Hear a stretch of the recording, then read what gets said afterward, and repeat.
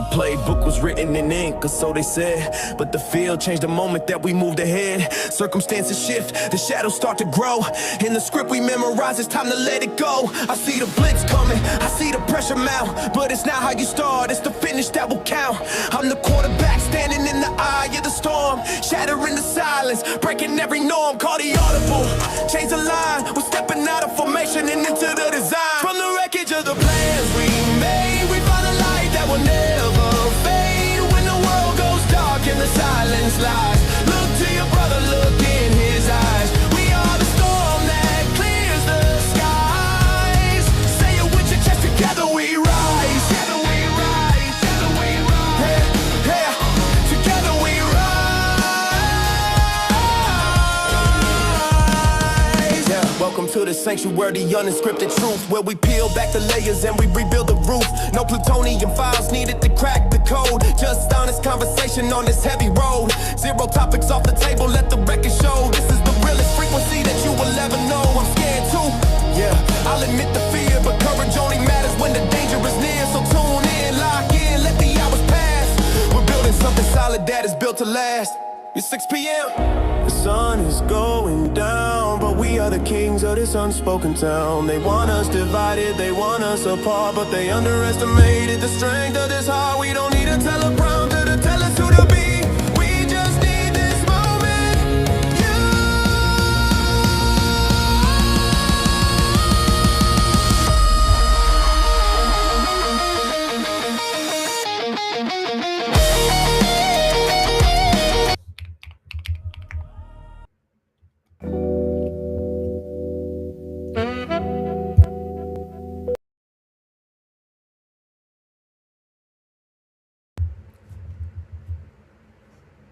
Uh-oh, can't hear you. Yeah, sorry. There we go. Yeah. Hey, what's up? Hey, how we doing? Yay. Yeah, it's crazy. It's been crazy. Tabs, what is up? How you doing? Hope you're doing well.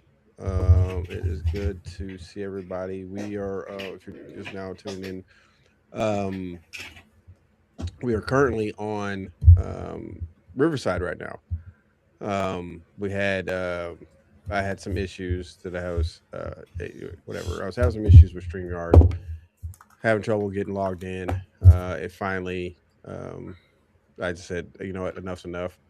So I went to my backup, Will Faithful, which is Riverside. So definitely glad still have something that we have for backup. Oh God, so it's been one of those. So yeah. Anyways, hey, how's everybody doing? It's your boy the Birdman. I got Mace Valley with me right now. You guys already know what to do, so why don't you go ahead and do it with us? Boo! Boo! That is right. We are here. We're live. So I can only imagine what else is gonna happen today. Yeah. So we're there. Tab says she's hanging in there. Hanging in there. Hope you guys are doing well. I'm doing well. I got to see what's up with Mace. Mace, how are you doing? Same old same. It's been a crazy week. Yeah, I feel you on that. I trust me. I trust and believe. I feel you on that. So much so that I forgot once again to put this thing up here. Oh God, it's definitely has been a day and a half for everything going on here. So hopefully everybody else is doing pretty decently. I do. Let me see if I can pull this up though. Something I wanted to share. That I thought was really cool. Give me 1 second as I'm doing that. Other than all that other stuff, is there anything new going on with you there, Mace? Basically, we're supposed to be getting a couch tomorrow, so we have to organize things and get rid of the old one, all of that. Oh, so okay, so you guys are still working on that. My girlfriend's mom is well, it was going to be earlier this week, but there was other things that happened that were kind of out of my control. Right. So, which was such a pain because it was one of those things where in the morning it's like, oh, we all have to get ready to do this thing. And it's like, oh, I wasn't expecting that. They considered it an emergency. So I'm waiting to hear back. No one talks to me. No one tells me anything. And then hours and hours later, oh yeah, by the way, we don't have to do it anymore. And I'm like, it's 5 o'clock now. Like, but because of that, like the transportation that we were going to have, because it's my girlfriend's mom's old couch and none of us have a truck, so we got to kind of facilitate that ahead of time. So it's one of those things where it was facilitated, but because I couldn't leave the house, I had to basically wait to be a part of this emergency thing. I had to clear off everything for the day. So it's one of those things that was like, Ugh. So we're on track. Hopefully no issues, but we'll be able to do it tomorrow. But yeah. Yeah, trust me, I get that whole lack of communication thing. I get that. And it's quite frustrating, especially when you're trying to get things done and do things. And yeah, I do have that. That being said, I found what I was looking for. I do have something I want to share, which I'm trying to try my best to try to share, feel good stories whenever we can. Um, even if it's not on the topic we're talking about tonight. And this is a good one. I think this is a really good one. So I know you heard about that guy Edwin Castro, who won the mega lottery, the Powerball, where he no, I after didn't. tax and everything, he ended What up getting happened? 2.4 billion. And so what he did was he bought 15 burned lots in California that was in the California wildfires, and he's rebuilding homes for his local families in his hometown. Oh, that's cool. So I thought that was really awesome, because I don't know how many people, myself included, that'd be one of the thoughts that I would think about doing. 2.04 billion dollars. Maybe my first thought is not, and it's crazy to think of that, but I mean, it's not really crazy to think that, but it's crazy though. If that's what we come to. Like, that's not your first thought. Like, my first thought. I mean, be honest with you. Let's be honest. Let's play the game here first, Mace. Let's play a little game here. If you were awarded $2.04 billion, whatever it is, Powerball or whatever, rich family member you didn't know you had, loved you to death, and said, I'm gonna leave you this money. What are the top 5 things you're gonna do first when you get that money? Oh, I'm probably the wrong person to ask this question, but basically I would pay off my debt and then act like it doesn't exist. Okay. There That's was fair. a point in my life where I would have a huge list of things, but the perspective on life changes. I am very firm in the idea that the more you have, the less it will ever be enough. So, does that make sense? It's like you look at some of the richest people on earth, and it's like their greed knows no bounds. To them, they act as if they're in abstract poverty, like the way that they represent themselves. Like, it's never enough. And I know how susceptible I am to that same line of thinking. So I can't argue with that. I wouldn't be upset with that. Yeah, let us know in the comments if you're who out there watching us. Let us know in the comments what would be your thought, what you would what do. about you? You probably have For something me, more interesting. I mean, that's not really. I'll be honest with you, not really, because I'm of the same mind as you. That my perspective has changed over the years, the older I've gotten, and things that I thought, oh, this is, if I got that kind of money, this is exactly what it's changed quite drastically, actually. I mean, the first thing I would do is first step is you. I'd pay off any debt that I have. I'd make sure that I didn't have any debt, saying whatsoever. I'm not going to go on those out on the limb of saying that I would pay off family debt. Like, so if I had, if my brother had debt, if anybody else in the family had debt, I'm not paying your debt off. You did that all by yourself. Figure it out. I'm also not the volition of saying, oh, I'm going to buy everybody houses and cars. No, I'm not. I'm not doing any of that. The first thing I do, like I said, pay off any debt. The businesses, like, for me, it's different because I do have a couple other businesses I'm trying to get off the ground. I'd make sure that I'd have everything I needed to make sure those were going to be set up for success. As far as those businesses, I'd make sure, I've got 3 children. I'd make sure that they had, a substantial amount of money set aside for college. Well, my oldest one, she's already done with college, but for my son and my youngest, I'd make sure they had money set aside for college if they wanted to go to college. If I'd have their money set aside. So what I would basically do is this: I'd find the most expensive school in America and abroad. Okay, I'll take those 2 schools, right? And then I would figure, okay, this is how much money if my child decided they want to go to this school in America or this school abroad and study for 4 years, this is how much money they would need, right? So I'd figure all that in, figure how much that is, and that's the money I would set aside. Now, if they decide not to go to college, then guess what? They're not going to get that money until they turn 25. So you better figure life out until you're at least 25, or hang on as much as you can until you're 25, because that money I set aside, that's all you're getting. So you better get it figured out. But I like I think said, go I ahead. think I'd have a much better answer if let's do the hypothetical, since we're doing hypotheticals. All of Right. that money, but I do not have any kids. My Oh, answer drastically changes. So same. Okay, so do that. yeah, so basically I would still like essentially do the thing I did before, pay off all my debt, and then the Hmm. bulk of it sits there. But I would definitely use it for a very specific thing. Is Okay. how I do my weird tinfoil hattie stuff. Right. I'm Right. kind of limited to how like I can do a lot of the research or whatever. And so what I would do in this case is I would use that money to facilitate like the physical travel and the travel expenses to kind of go to the places that that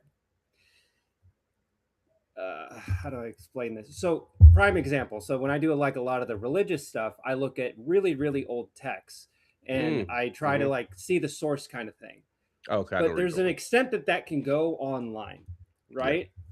You there's the internet's great. There's a lot of information. A lot of things have been scanned and uploaded, but there's also a lot of stuff from the human experience that you can't get anywhere else other than like a museum or a library, like and that's not just like, oh, I'm going to go down to the Henderson Library. I'm talking like libraries that have been established for centuries, like in Europe Right. and Asia, etc.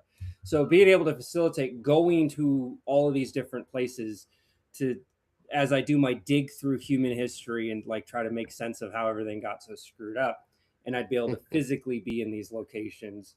I feel like that would be able to get a lot out of that, as far as like the things that I'm interested go. But with having kids, it's like, well, we're here, we have a life here. I can't just uproot them and do all this shit. So No, I get it. And that's a great alternative as well. I definitely get that. And if I could do the same, or let's say I say my kids are a little older. Well, mine are, because I have a 23-year-old, a 14 and 13. So it's a little different in that sense. But let's say we were doing that in that scenario. Mine yeah, no still no no restrictions holding you back. right. Just So just him. just Tim, no restrictions. My first answer doesn't change. As far as, I still would make sure any debt that I had is paid off.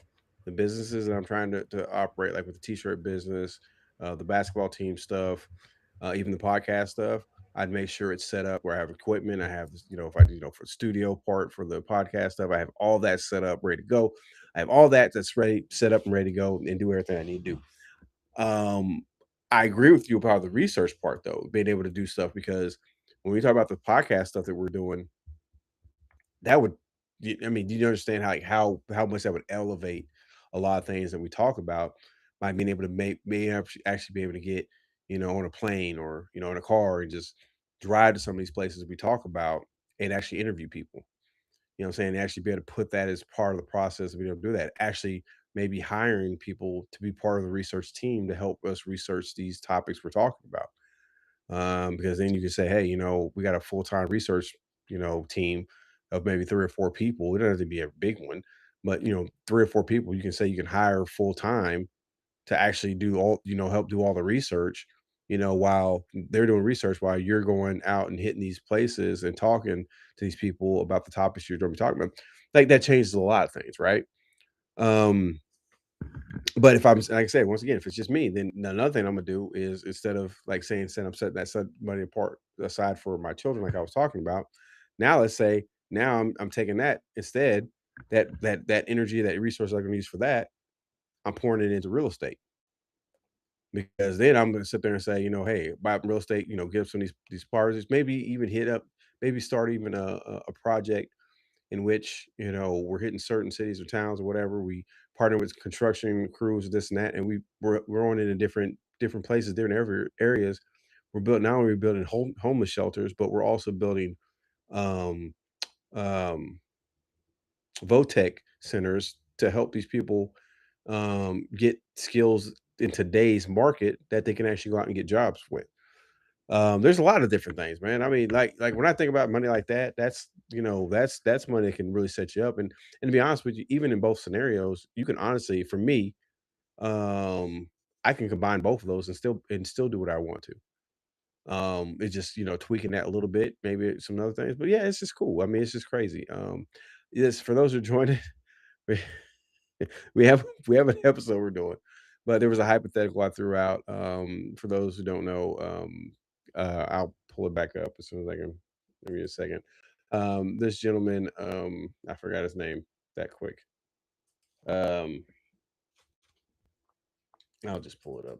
I don't feel like arguing with myself on this stuff. I just don't have the energy. I don't have that energy. Edwin Castro, that's his name. He had won the Powerball, the Mega Powerball, whatever, and he was awarded like 2.04 billion dollars. And this is what he's doing with his money. He has decided he bought 15 burned lots in the California wildfires, and he's rebuilding homes in his local for local families in his hometown, which I thought was just amazing. It's a great story. I hate saying it, but there's a lot of times we're kind of hard pressed to hear really good stories from time to time. I don't know why they keep out freaking doing that. Sorry, I'm gonna have some issues with my computer. More Safari than anything. It's being stupid. I really don't like it at all. Anyways, but that's what we were talking about. Hypotheticals, what we would do. Like I said, if you have an hypothetical, what you would do, please throw that in the comment. Um, Let us know what your thoughts are. Tab says she would build her dream house in the middle of nowhere. I feel that, Tab. I you know what I would do? Yeah, 'cause listen, I'd have to listen. I got a lot of budgeting to do with this money. Okay, I don't have any money, but I got a lot of budgeting. She also said she would pay off debt. Um, oh, sorry, wrong one. I'm putting the wrong one up there. Get out of here. Stop that. Pay off debt and take care of her kids and grandkids. Outstanding. I agree with that. But like I said, I got so much I got a budget. I would do, what I would love to do, money. I would go out, find, like I said, talking about buying real estate, but I'd buy some land, find some land somewhere, have it built up. Not when I say built up, I mean built up. Like find some land, what I'm saying, if I have to build it up, bring the stuff in, build up, and I would build a castle. Old school castle. That's what I would do with a dungeon and everything. I would build an old school castle. I'd put a moat around that sucker. You know what I'm saying? I have my solar panels on there so I can have electricity, all that good stuff. I'd make sure it's kind of close to, some type of running water source. That way I can tap into that as well. To help with a lot of that stuff. I would tap into that. Dude, not I for real, I would live out there. Just yes, I would love it. I'm with the tabs. Build a house in the middle of nowhere. Love it, love it, love it, love it, love it. Okay. We got an episode we gotta do. Okay. Miss D should be join us here in a little bit. I know Mace might have to bounce out on us here after a while. But so we'll carry on for as long as we can. Uh, this I've been in and out on following this story. I'm following the developments of this story. I remember watching a brief part of the documentary that is on Netflix. I can't remember what it's called. I think it's in my notes somewhere in here. If I find it, I'll make sure I'll pull it up. But this has been a whirlwind case, and it has came to a conclusion, or we so thought. We were talking about the Karen Reed, not guilty of murder, but the war is just beginning. So she was just recently found not guilty of murder. And so yeah, I don't know how to feel about that, especially if you followed any part of this case. It's yeah, it's a case. Let's just put it that way. Okay, so my question to you, Mace, what if any knowledge you have about Miss Karen Reed?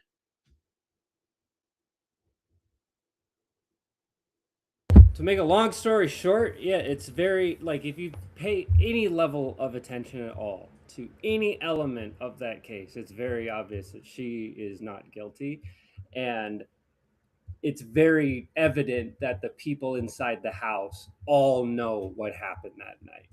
100%. They all know, they were all involved, and they all like planned to stage it to make it look like it was Karen's fault. That's so she was accused of murdering or manslaughter or whatever you want to call it, her boyfriend. They were like at like some event, like some friend thing, like went to your house, whatever. Mhm. She left after they were like having fun drinking, whatever.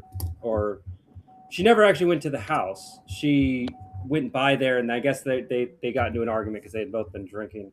And then she left, and he like went inside her, or he went inside. He never came out. She was already pissed off because of their altercation, and she just left. But allegedly, what happened, what was told, because you got to remember, all the people are law enforcement. He's law enforcement. The people inside are law enforcement. So the next morning, his body is found, and it's alleged that she was backing up her car and intentionally ran into him. And that's like kind of how the story goes. But then when you start paying attention to it, when her car was picked up, the taillight wasn't broken. The taillight was broken after they had already brought her car in. So initially you get her car, taillight's fine. But then sometime after the car gets put into evidence, then the taillight's broken. And then a piece of the taillight is found in the snow. So it's very clear like evidence is being planted. Even in the garage where they like brought the evidence vehicle in, they had flipped the camera, so the video feed. So when you look at it, it looks like you're looking at a different side of the car because the camera, like the image is flipped. Mhm. So the side of the car, because of it's kind of at an angle, you can't see what's going on with the other taillight. And the reason why is that was the taillight that they were messing with, and they couldn't be seen on camera doing it. But when it's showed the other way, it looks like the other taillight. So it the physical evidence of the video of the taillight itself doesn't match at all the story of what actually like of what happened that night. So like that's just like one little thread to pull from. Like just from that one thing alone, it's like, oh well, this is very clear. Like she obviously didn't do it. And because of like the physical evidence, like you say that she backed into him and he was dead in the snow and was there all night. That's what you say. But when we picked her up, her tail light was just fine. But then eventually, at some point later, the tail light was broken, and then later, that's when the tail light pieces were found at the scene. Hours and hours and hours after this all had happened, like after she had gotten picked up for it.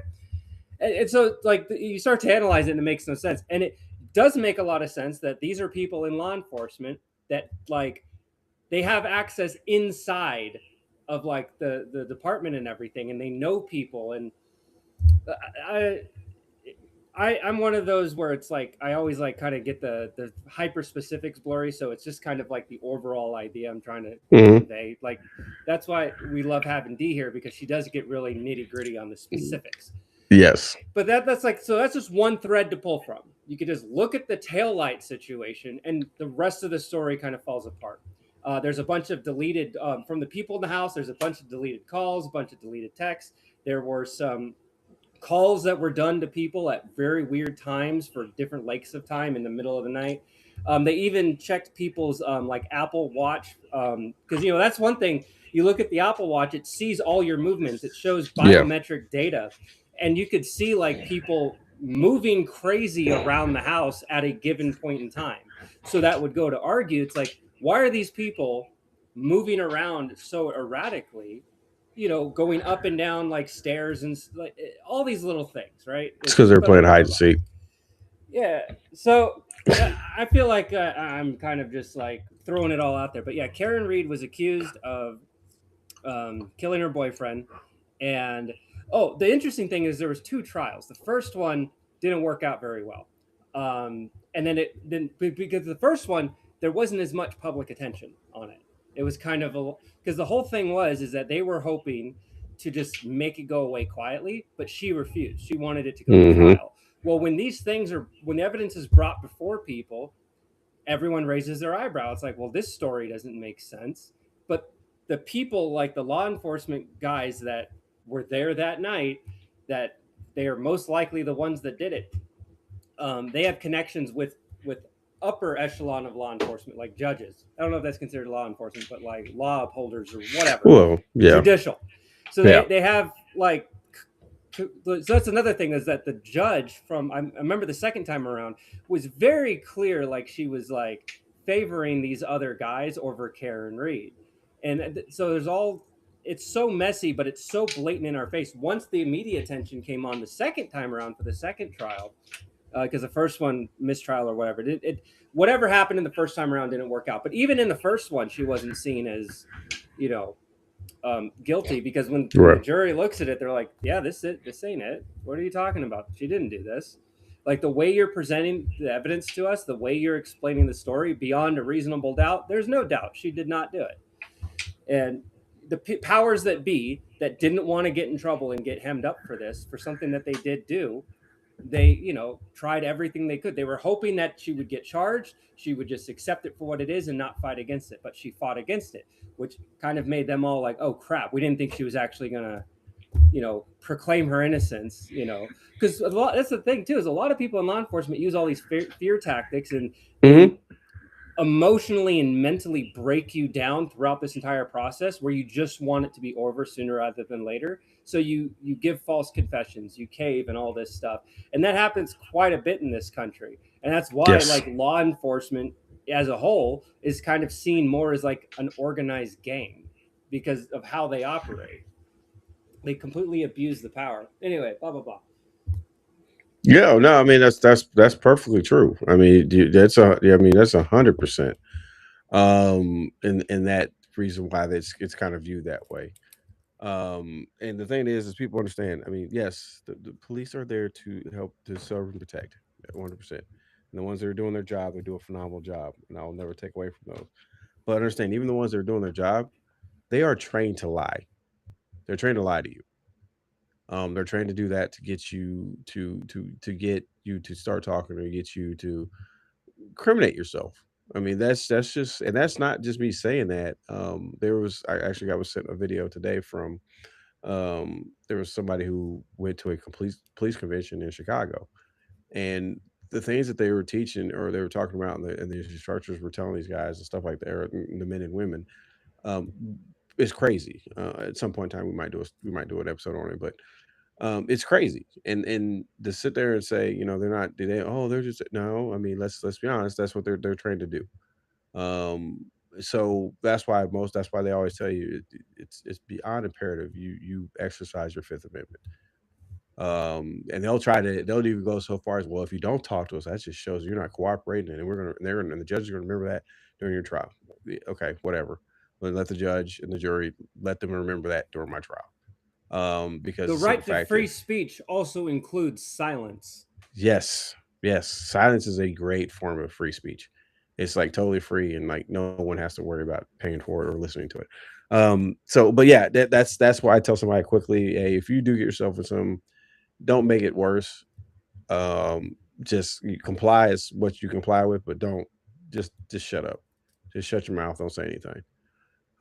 So yeah, it's just whatever. But yeah, there's a lot of that going on in this case. Now I will say this, and I'll actually read this. Karen Reed was acquitted of murdering her Boston police boyfriend police officer boyfriend in June of 2025. So 2025 is last year. Um, but the chaos didn't end there. So what we're trying to do is we're going to try to break down the stunning aftermath of one Massachusetts most contentious trials. This is, like I said, this is a very, very crazy trial. We're going to try to uncover the explosive new civil lawsuits. Reed is now suing the state police and the town of Canton, alleging a culture of bigotry and institutional rot. Um, and in a massive countermove, the witnesses she accused of framing her are suing her and the blogger known as Turtleboy for defamation. So there's a lot going on with this. There's a lot going on with this case. It's really crazy with a lot of the stuff that's going on with it. Um, it's just I don't know. I don't know what to make of it. I think Miss D was having some issues. Okay, she's having some issues. I don't know if she's having issues, but either way, okay, got you, Miss D. Cool. Okay, so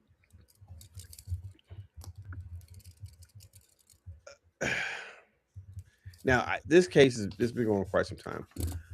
Okay, so the Karen Reed case in 2026, and we're going to talk about that. The Karen Reed case here in 2026, and the landscape has completely changed. Um, Now, for anyone tuning in, Karen Reed was accused of killing her boyfriend, Boston police officer John O'Keefe, by allegedly backing her SUV into him during a blizzard in 2022. Okay. So this all transpired in 2022. After the first trial ended in a mistrial in 2024, she was retired. And in June of 2025, she walked. Okay.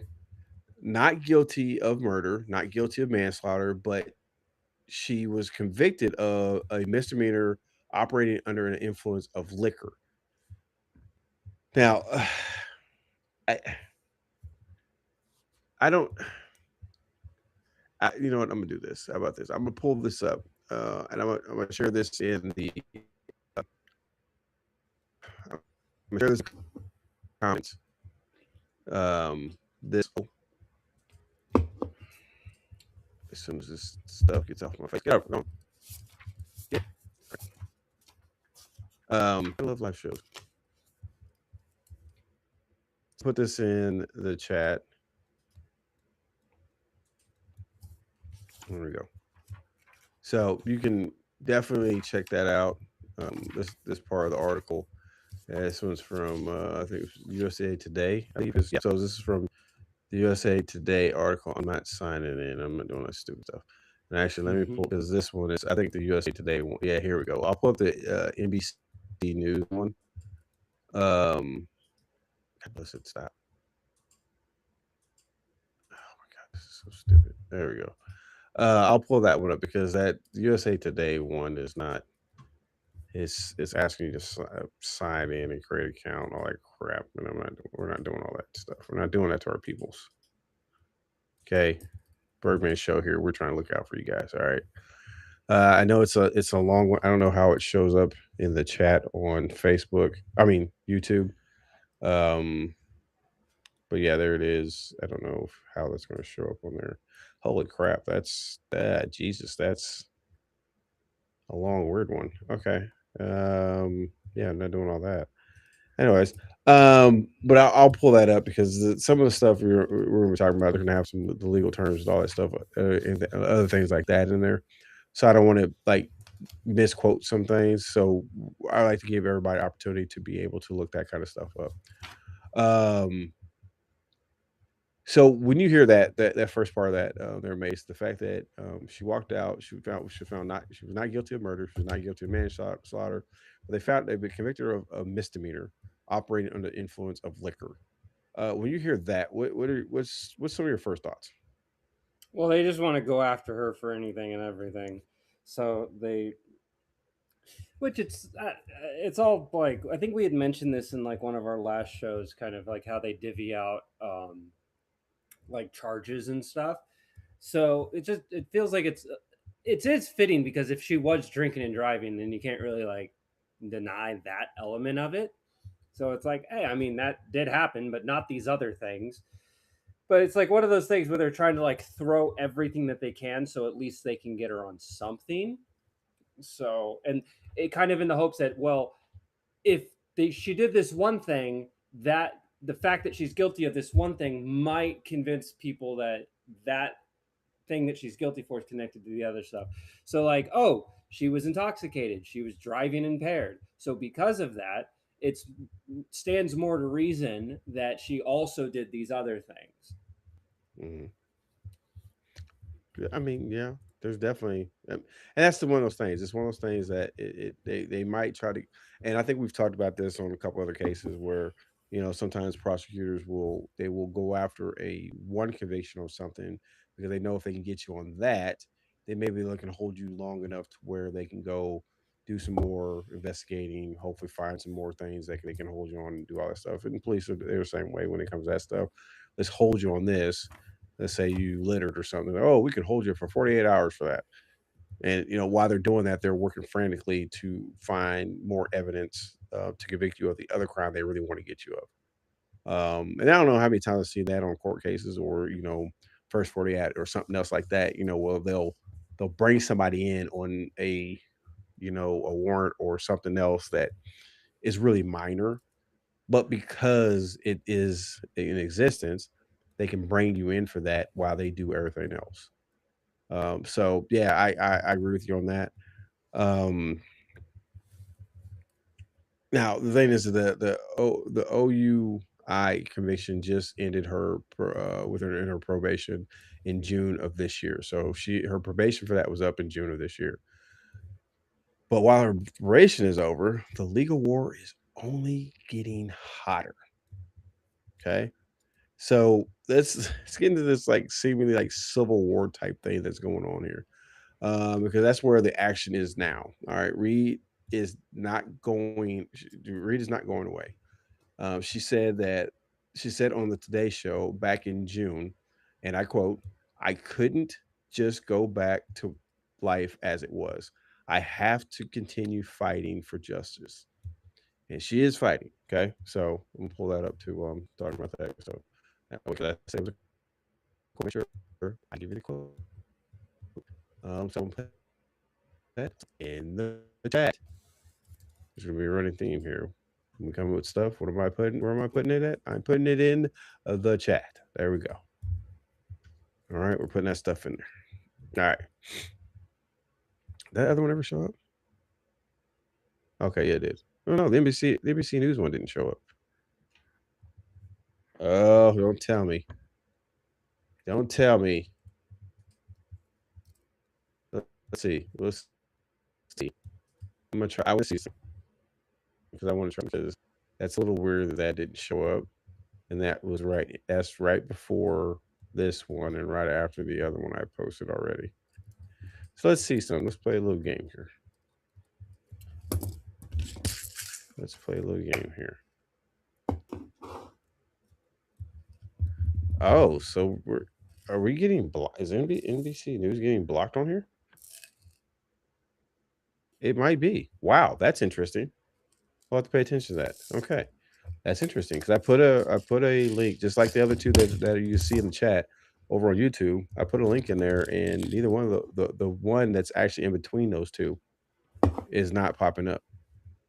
And then I reposted it again after I just reposted that other one. After the other one popped right up, and so I was like, "Oh, let me try something." Repost again. Guess what? It didn't show. Oh, it just won't go in How the chat at all. flippin'? No. That is very interesting. That is very interesting. I wonder. Tell me if it pops up in our private chat. See if it pops up. Tell me if it pops up there. There, Mace. Did it pop up in the private chat there? Studio chat. Yeah, it popped up. That's wow. That's Oh, amazing. yeah. On my end, when I click on public chat, that same link is also in public chat on my end. Is it in the public chat? Yeah. Okay, so it's just not popping up on YouTube because it's not on the YouTube feed. Because I'm keeping track on it on the YouTube feed, so it's just not popping on the YouTube feed. That's interesting. Okay, cool. That's whatever. So I guess it's popping up in studio because this public chat that's here is actually the studio chat, but it pulls in comments from any other source that we might be live streaming to. So that's interesting. They are listening, Miss D. They are listening. They are watching. They are everywhere. That's right. Those are facts. Okay. So okay, I put that quote in there. There is a link for it. Like I said, if you're in the studio with us, if you're joining us on the Riverside studio itself, which you can do by simply going to this riverside.fm/studio/Birdman's hyphen studio. That's riverside.fm/studio/Birdman's Birdman with an S at the end hyphen studio. Any link that we put in the studio, you can definitely click. You can click on while you're watching. It'll open up a separate window for you to check those out. So that's one thing I do kind of like, and I really kind of miss about Riverside is being able to do that, and also have a live studio audience. Because then if people come into the live studio audience, then stuff like that we can kind of avoid because we have our own studio. That being said, I digress. All right, so like I said, that was a quote. That was a direct quote from her. Okay, so what can you tell me, if anything, about the beginning stages of the trial? Oh, yeah. This is why I was hoping that we would have D at this point, because that's stuff I didn't really pay attention to. Like, so I paid really close attention to the Johnny Depp trial. That was like a real big spectacle. Oh my god. By the Yeah, we time got I to do an found out episode on about that. Yeah, by the time I found out about the Karen Reed stuff, like more than enough time had gone on, and it was kind of towards the tail end. Mhm. So, because we were towards the tail end of it, I just kind of caught like people's anecdotes of it. So, and then I did like look in to get some more information, but like actually watching the trial, I didn't like sit and go through the whole damn thing. But I got enough contextual to kind of get an idea of it. The first one I know very very little about. I just know that it was I don't want to cuss, but it was a storm. Let's say it was a disaster Yeah. of sorts, which is why they had a second one. Which once again, it's really kind of unneeded because a lot of the things that went wrong weren't on Karen Reed's end. It was on the end of the prosecutor and the judge. So, Right. and that's something that we saw the second time around. It's like the kind of like grasping at straws thing, like which when you're facing up with lawyers and stuff, it's something that happens. It's like even if you give them perfectly sound evidence, perfectly reasonable logic, that can't reasonably be dissuaded, they try everything they can to then take that and frame it against the other person. It's comical. So with her the second time around, there was a lot of media attention, and because of that, you had a lot of people like sleuthing. So people like me and you that would like look at whatever information was given to the public through the trial, and we started like parsing it ourselves, the public. And that's the thing where it's like you have the law of the land and interacting with the courts, but then you also have the court of public opinion. The way it used to be, the court of public opinion was all about whether or not people agreed with whatever stance the media had. But nowadays, with the advent of technology, and we're so much more connected and we're able to share information quickly and freely, like in a way never before, we can start to analyze these things ourselves. So the court of public opinion is less about people's like innate feelings on a topic, because we can now like do our own due diligence and research to the best of our ability. Like we're not lawyers, we're not law enforcement, we're not like in the back office digging through files. We're just parsing together what's publicly available, and we're trying to piece together how it actually makes sense. And in Karen Reed's case, the narrative and the anecdotes and the evidence that was against her was a stretch. And it was tried to be presented as like ironclad fact, but it's really hard to do that when it's pretty evident that she didn't do it, and that the evidence that is set up against her very clearly looks planted. It very clearly looks manufactured.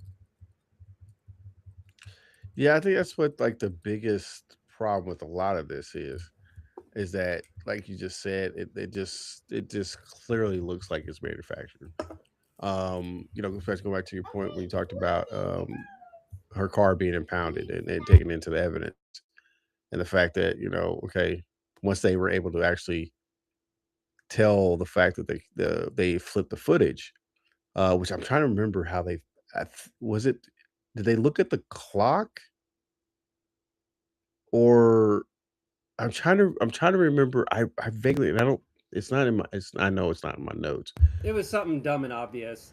I mean, for Yeah, it was. anyone that knows what that place physically looks like you guys Mhm, have seen my room long enough to where if I were to mirror the camera, you guys would know that, oh, that's not right. That's not how his room is set up. right. Like, it is his room, but it's very clearly like, you know. It's not what it But should be. yeah, but the thing is that these guys had the fact that the people had access to be able to do that. So this comes down to the whole thing, and this was the one of the main guys. Can't remember his name. He was the bald dude that was like doing the accusations against her, law enforcement guy or whatever. I During think it the was one of the doc, what was his name? Because now you got me. yeah, Is I it don't Brian remember a lot Abbott? of their names because it's a Albert? group of them. It Yeah, it's wasn't like just one or two people. the main people she was accusing it was Brian Albert and Jennifer McCabe. There's others in there, and I'm thinking you're talking about Brian Albert. Albert. Yeah. Well, there's all right. So of the group of people, there was one guy that just had like did the First Amendment thing and didn't say nothing. He wouldn't even so much as communicate with the other people. So this was after like allegedly from the public's opinion that the evidence had been manufactured and planted. So after that event had taken place and was kind of done, and then it went forward into the court proceedings and stuff, he kind of like ignored everybody, didn't talk to anyone else involved, wouldn't talk to media, wouldn't. He just kind of like, nope, nope, not having any part of it. La la la la la, you know. And it's something that was brought up. That bald dude, whatever his name was, he's one of those guys where you need to run the First Amendment like really badly, because he would just let so much information out, not realizing that we're paying attention to what he's saying. From his position, he wants to talk because he wants to clear himself. This kind of leads Right. into the defamation stuff. They keep talking because they want the immediate satisfaction of people listening and agreeing with them. The problem is people aren't agreeing because they're just digging themselves a deeper hole. It's like when you say a lie and then you have to explain the lie to reinforce the lie, but then because that's a lie, you have to kind of build all these other things around it, and it kind of collapses in Mhm. on itself. So he had a thing that he had said where people are saying that this is a conspiracy, that this was like manufactured and doctored. There's no way that could happen because you would need so many people involved in order to be able to do this. And it's like, well, if you really think about it, you don't really need that many people to actually know. You have the group of people inside the house the night that everything went down. They know exactly what happened. Okay. And Mhm. then you have anyone that is directly connected in terms of the planting of physical evidence, right? So that could be people that they work with, like, hey, don't ask any questions, but you know, or if I go into the back office and like try to like do whatever with evidence in the evidence room, and someone sees me, but we're like a part of the same club, so it's kind of like this agreed upon thing. It's like, oh, I didn't see nothing, right? So Yeah. there's another person that's a part of the grand conspiracy, but they don't have to know every piece of information. And then the further down the line you go, where it gets to more administrative stuff like filing and whatever, those people could technically, by definition, be involved in the cover up and conspiracy without ever knowing it, because they're just people that are just doing their job. Like, oh, I got this Right. piece of paper. It says this. Oh, yeah, yeah, I'll sign it, whatever. All right, there we go. they have no idea that the documentation that they just signed had something to do with like the collection of evidence and making sure that there's a chain of custody. Like they have no idea. They're just doing their job, you know. And so when you look at it from that perspective, it's actually relatively easy. And because of the line of work that they were in, the people that they knew, the influence they had, the access that they had to be able to go into these back offices. Like I know there was one thing that was it was an issue with a cell phone, and there was security footage of one of the guys going into a back office that he shouldn't have been in, but you know, because he's not the one on trial, he doesn't really have to answer questions about that because there's no legal criminal things going against him, but he can't help but say something because it's like, oh, people are looking at me doing this. They saw the surveillance footage. I need to be able to explain that away. And if they just shut up, it's like, yeah, you might get people that still talk, but if you keep quiet, you don't say anything to the contrary, then the people that are doing all the talking don't have any ammunition. It just at that level remains like gossip and speculation. So that's why like this whole well, hold on. That was D. So every time I lost my train of thought. You're talking about the he keeps talking. The defamation thing. So that's the thing with the defamation thing. This goes back. The reason why they're fighting it is, think of it like this. So the Karen Reed trial happens, and people say, "Hey, I don't agree with this. The way it's presented in the courts makes no sense." So instead, what they do is they start to piece together things and then turn their gaze. So that's why you have people that, like the blogger and stuff, the people that looked at it, felt different, and then gave their opinion on observations. It's like, yeah, we're all looking at Karen Reed because that's the court filing, that's like the trial. But if you actually like take a look at it from this perspective, these people, it makes more logical sense that they were involved. Look at their behavior, look at the things that they're talking. Here's some quotes that they said. And then so people like come up with like their own narrative of what happened based upon the available information. And so that's where the defamation thing comes in, because on their end, there's words that are being said, whether they're true, false, or not, whatever. Essentially, their name is in someone else's mouth. And eventually, down the road, hypothetically, if information comes to light or whatever, they could be like, oh, wait a minute, it did turn out that you guys might have some hand in this. Now we're going after you for criminal charges. Now we're doing all this stuff. With the defamation thing, getting that taken care of early, it removes some of like the perspective and speculation of that. So it's like, hey, like Monty killed somebody. It's like, no, I didn't kill anybody. It's like, oh yeah, well, based upon all this information, no, you definitely did it. If I just kind of let those words be out there and I'm not defending myself, it looks bad. Once again, it's not criminal. Right. This is them like doing the whole court of public opinion thing, because eventually the court of public opinion affects the courts, affects the law enforcement, because there's too much pressure. And it's like, all right, eventually we'll take a look at it, or maybe it's worth a second look. But if you start having these things being said and you actually do defend yourself against it in the court of public opinion, then it makes it less likely in the future for that to be kind of used against you. Once again, it's like, these aren't criminal things. These are just like people playing the game and trying to like come out ahead. No, yeah, I totally agree with that. Sorry, I'm just trying to help D get in. No, I totally agree with that. And it's like one of those things that some of these fools are gonna have to understand. They gotta get this through their head, right?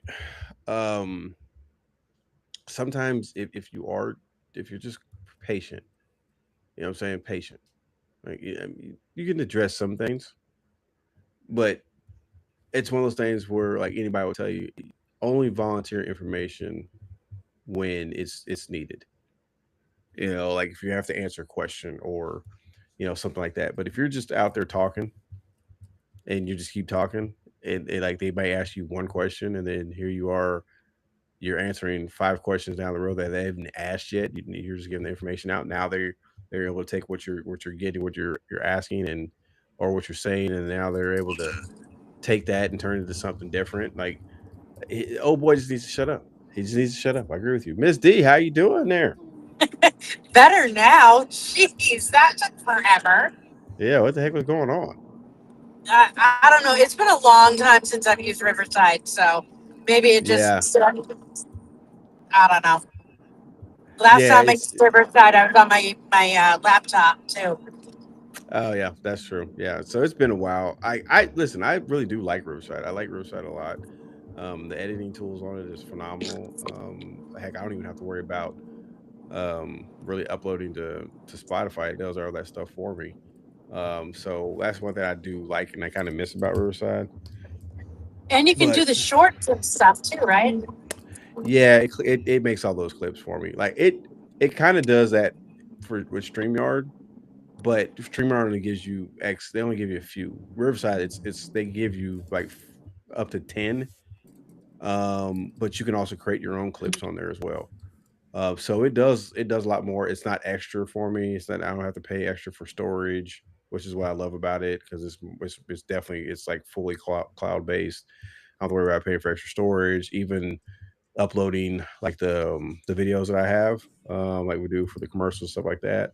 With Streamyard, I have a certain limit, or a certain size. Let me put it that way.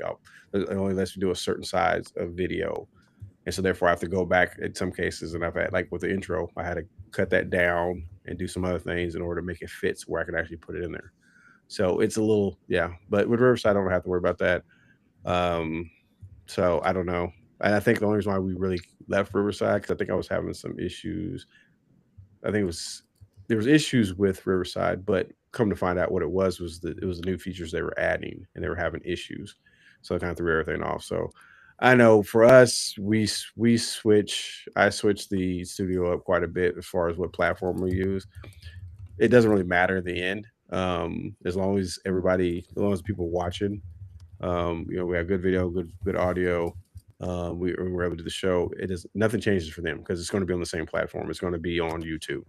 But like I said, the one thing I really like about Riverside that Riverside does that no one else does right now is that they give you each studio they give you a live studio audience.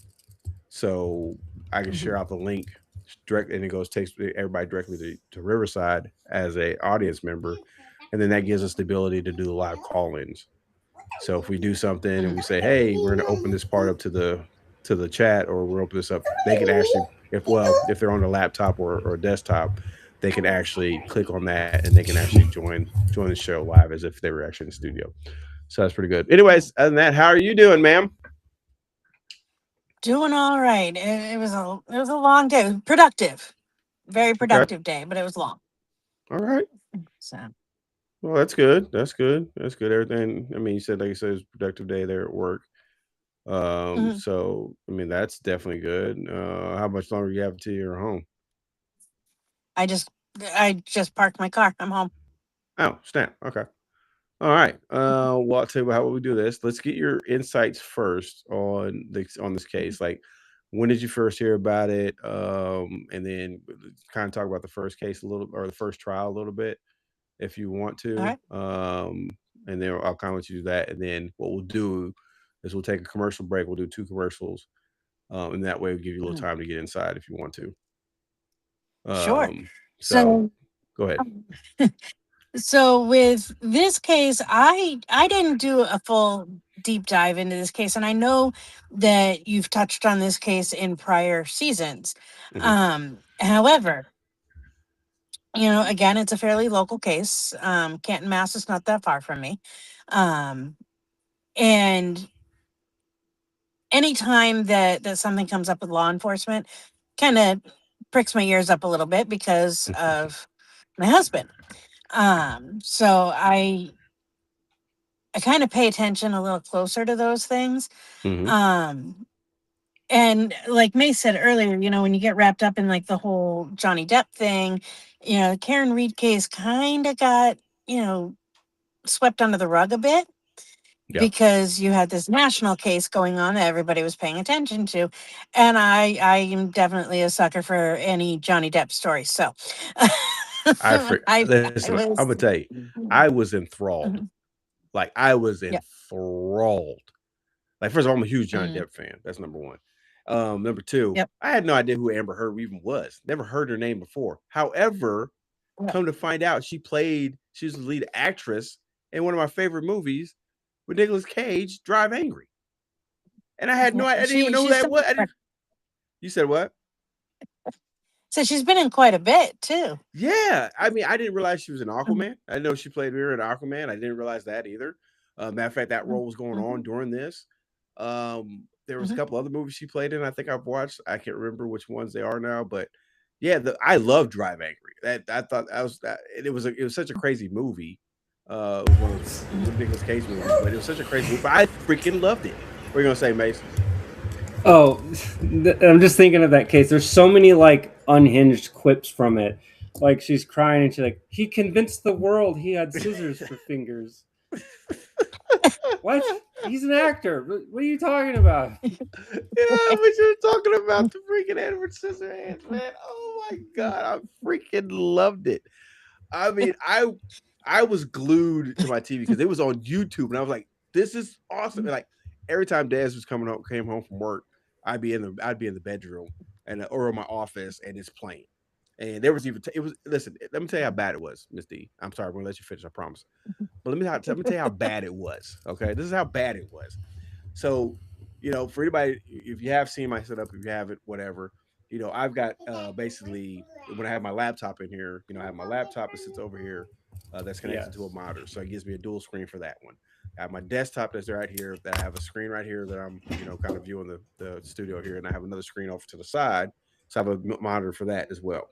I have another laptop, my MacBook that's down here. So it gives me another, basically another um, monitor, right? I got another mounted on the wall back here that's mounted to a one of the mini PCs. So I have stuff up there, and then I have a TV that's mounted up on my wall right up here above my other monitors, where normally I have my Xbox hooked up to and everything like that. It was so bad, and I was doing my schoolwork or doing other stuff on here. So I have my two monitors here.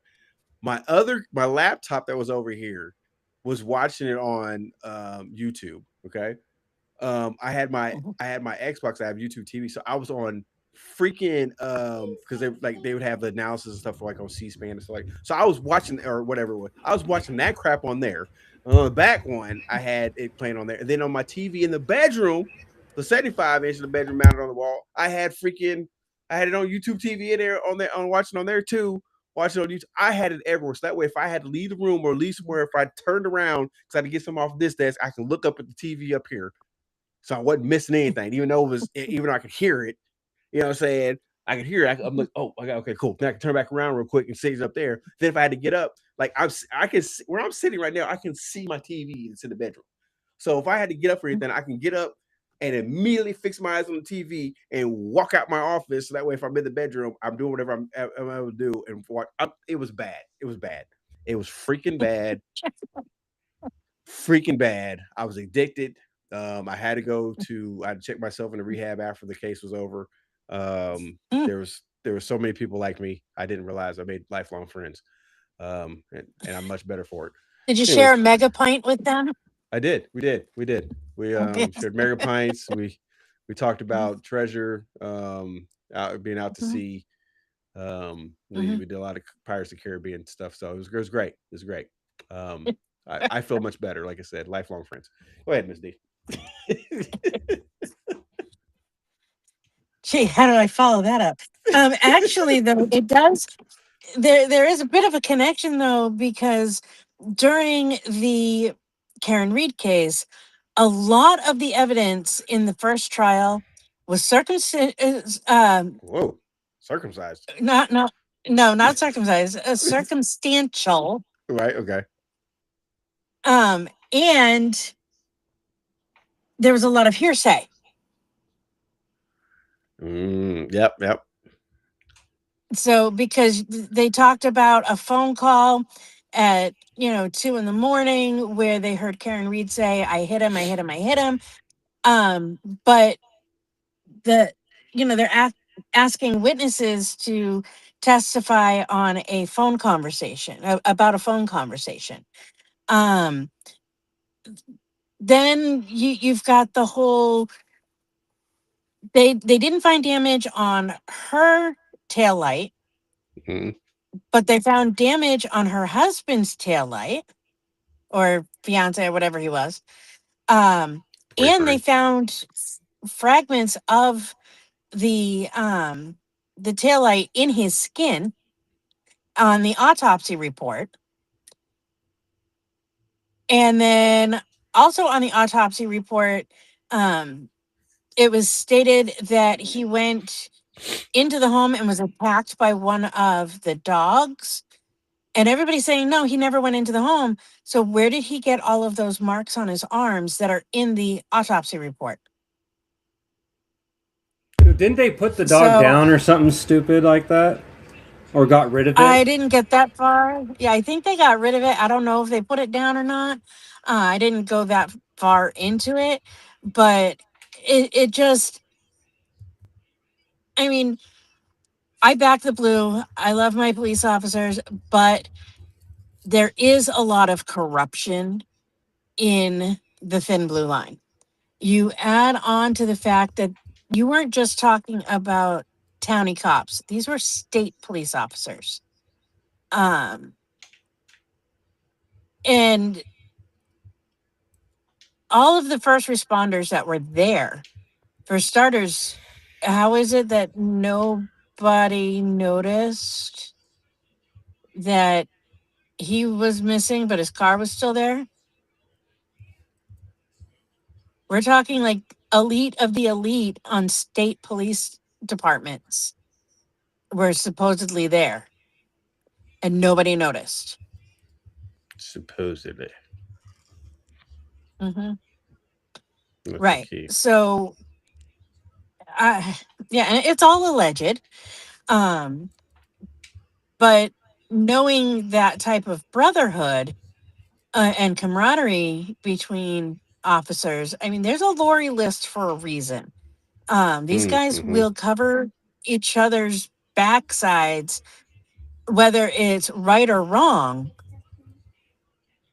to, just for that brotherhood. I mean, it's no better than a motorcycle gang, 1%er, grouping. I'm not putting all patch holders in the same box here. But it's the same thing with police officers. You've got your good, you've got your bad. But like I said, sorry, I lost my light. But many, yeah, but you're still saying that many first responders under one roof and nobody noticed. And then all of a sudden, all of this circumstantial evidence comes into play, and somehow all of this hearsay evidence is also allowed to be testified on in court.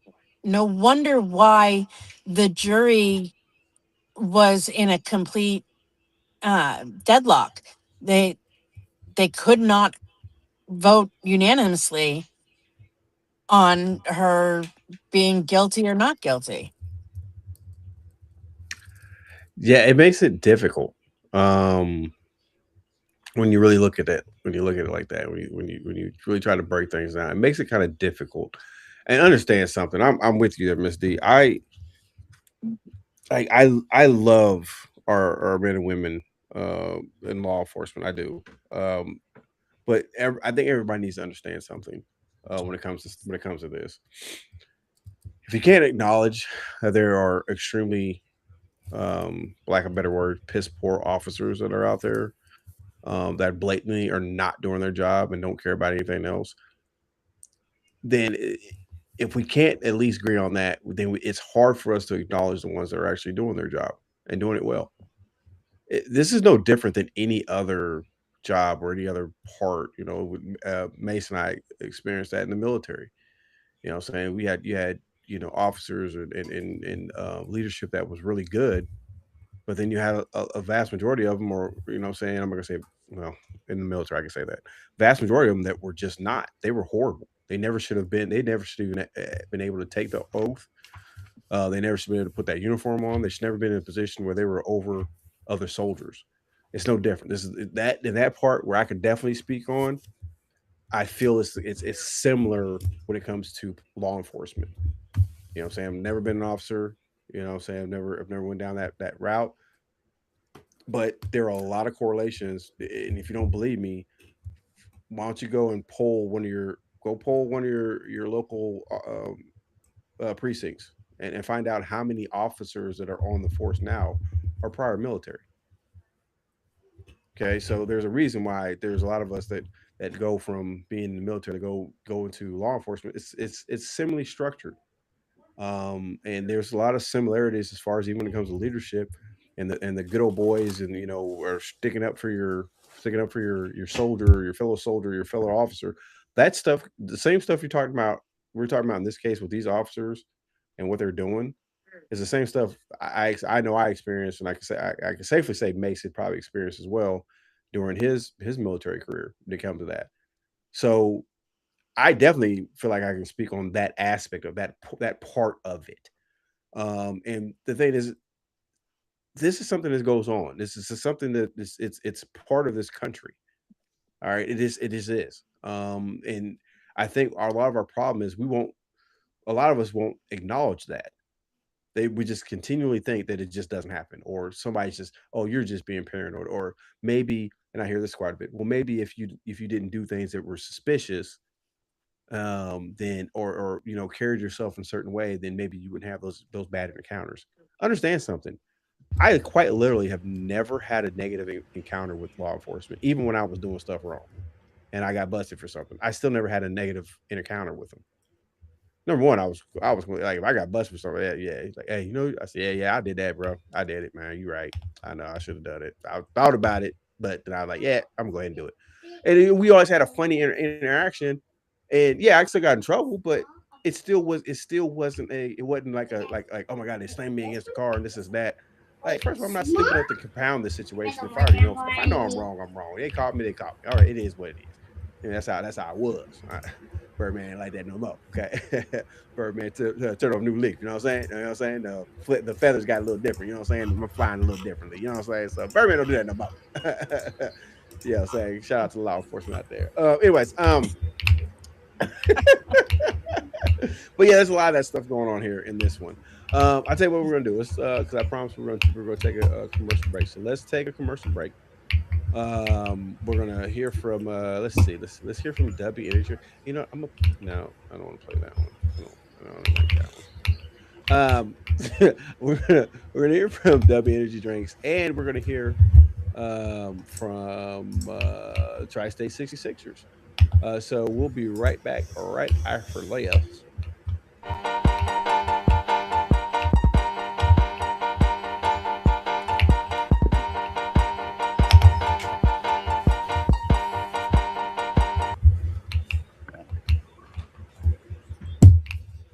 Yep.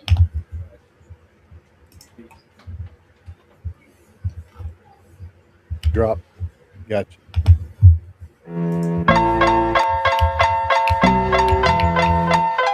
How we doing, everybody? This commercial is brought to you by Dubby Energy Drinks. Dubby is an energy drink that you mix at home. Dubby is formulated to give you focus and energy with no jitters or no crash. So, their formula contains vitamins, amino acids, and neurotropics, including the patented neurofactor. There are no calories, no sugars, no fillers, and no artificial colors. So if you need something to give you the energy to take on the world, Dubby is what you need. Go to dubby.gg, that's DUBBY.GG to get yours today. Hey, as a special bonus to our followers, if you enter the promo code just Birdman Show, you will get 10% off of your first order. Hey, tell them the Birdman sent you.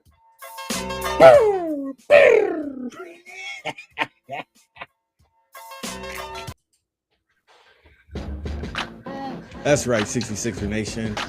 stand up for your Tri-State 66. Now, if you're a small business, if you're a big business, if you're a local business, if you're a national business, and you are looking to sponsor a minor league basketball team, look no further than your Tri-State 66. We're a minor league program that's based out of Pittsburgh, Kansas, but we are looking to partner with local businesses within Pittsburgh, Parsons, Fort Scott, Frontenac, Columbus, Independence, Kansas, which is my hometown, as well as Carville. Any business that's looking to partner with the Tri-State 66ers, we're looking to do that. So definitely get a hold of us. You can reach us by email by just simply going to that email down the bottom of the screen, tri-state66ers.basketball@gmail.com. You can also call us at this number, 620-454-6587. And then, of course, you can always check out any of the Tri-State 66ers basketball games, as well as some of the new segments we'll be introducing, like the Coach's Corner, where I'll be on there interviewing players, coaches from around the league over on our YouTube channel. So looking forward to hearing from everybody, hearing from you, and stand up 66ers Nation as we drive on to become more and better professionals.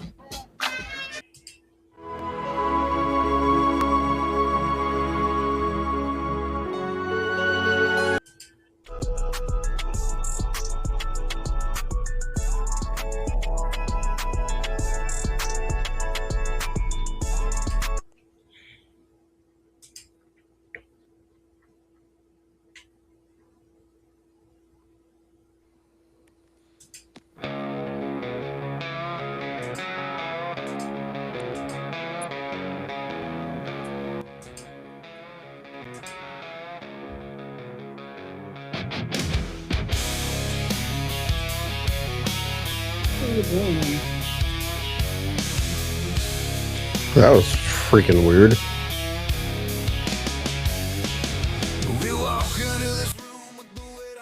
Yeah, that was freaking weird. I don't know what happened with that. That was, yeah. Anyways, sorry, threw me off. Anyway, hey, what's up? How you doing? Hey, it's Birdman Show. I got Mace Valor. I got Miss Day, coordinator of all things chaos. That's the Birdman Show.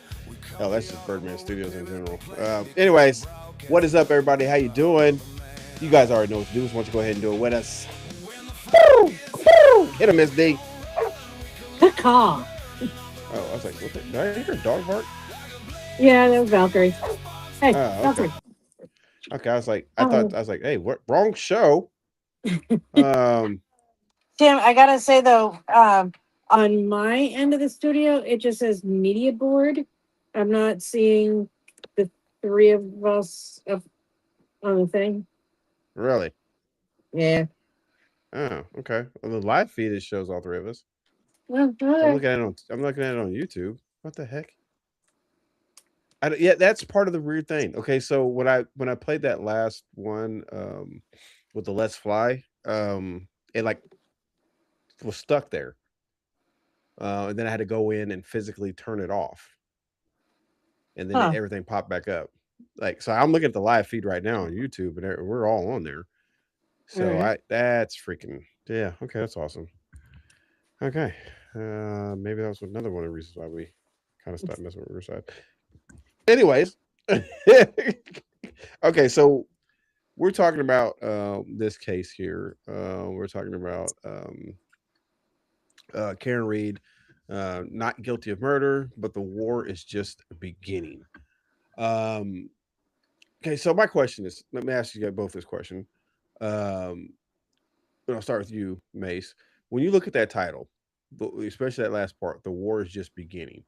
When we take what we've talked about so far, plus what you know, and some things we haven't talked about yet, and you look at that title, and I'll put it back up there again. When you look at that title, what comes to mind? What in your mind? What comes to mind when you start to really look at that that case or this title?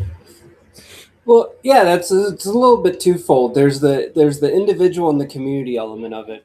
Like on an individual level, like, yeah, she's gone through the legal system and she's not guilty of this alleged crime. But like the court of public opinion stuff, the information and then the perspective has already been pushed out against her. Now she's kind of won the court of public opinion. For most people, I kind of agree, like, hey, she's innocent, right? But then there's the community element where it's like a known pattern of misconduct from these groups of people involved. It's just I do find it's difficult because like you can only really go so far, right? Because we have our legal system for these things divided. You have criminal and then you have civil, right? So criminal, there's usually like a really big bar to clear, whereas civil, heresy's still like a thing, where it's not like they're not going to take in not heresy, what I say, hearsay. They're not going to like really take it in, but it does seem that in civil areas, it's at least entertained a little more because it's the intention of it is like to describe something, um, like kind of like how people are behaving and stuff. It's still not admitted per se, but it's entertained because you have more of an ability to actually be able to conversate. Whereas in a criminal proceeding, it's all about establishing proof beyond a reasonable doubt, and it's not really relying on the narrative describing something.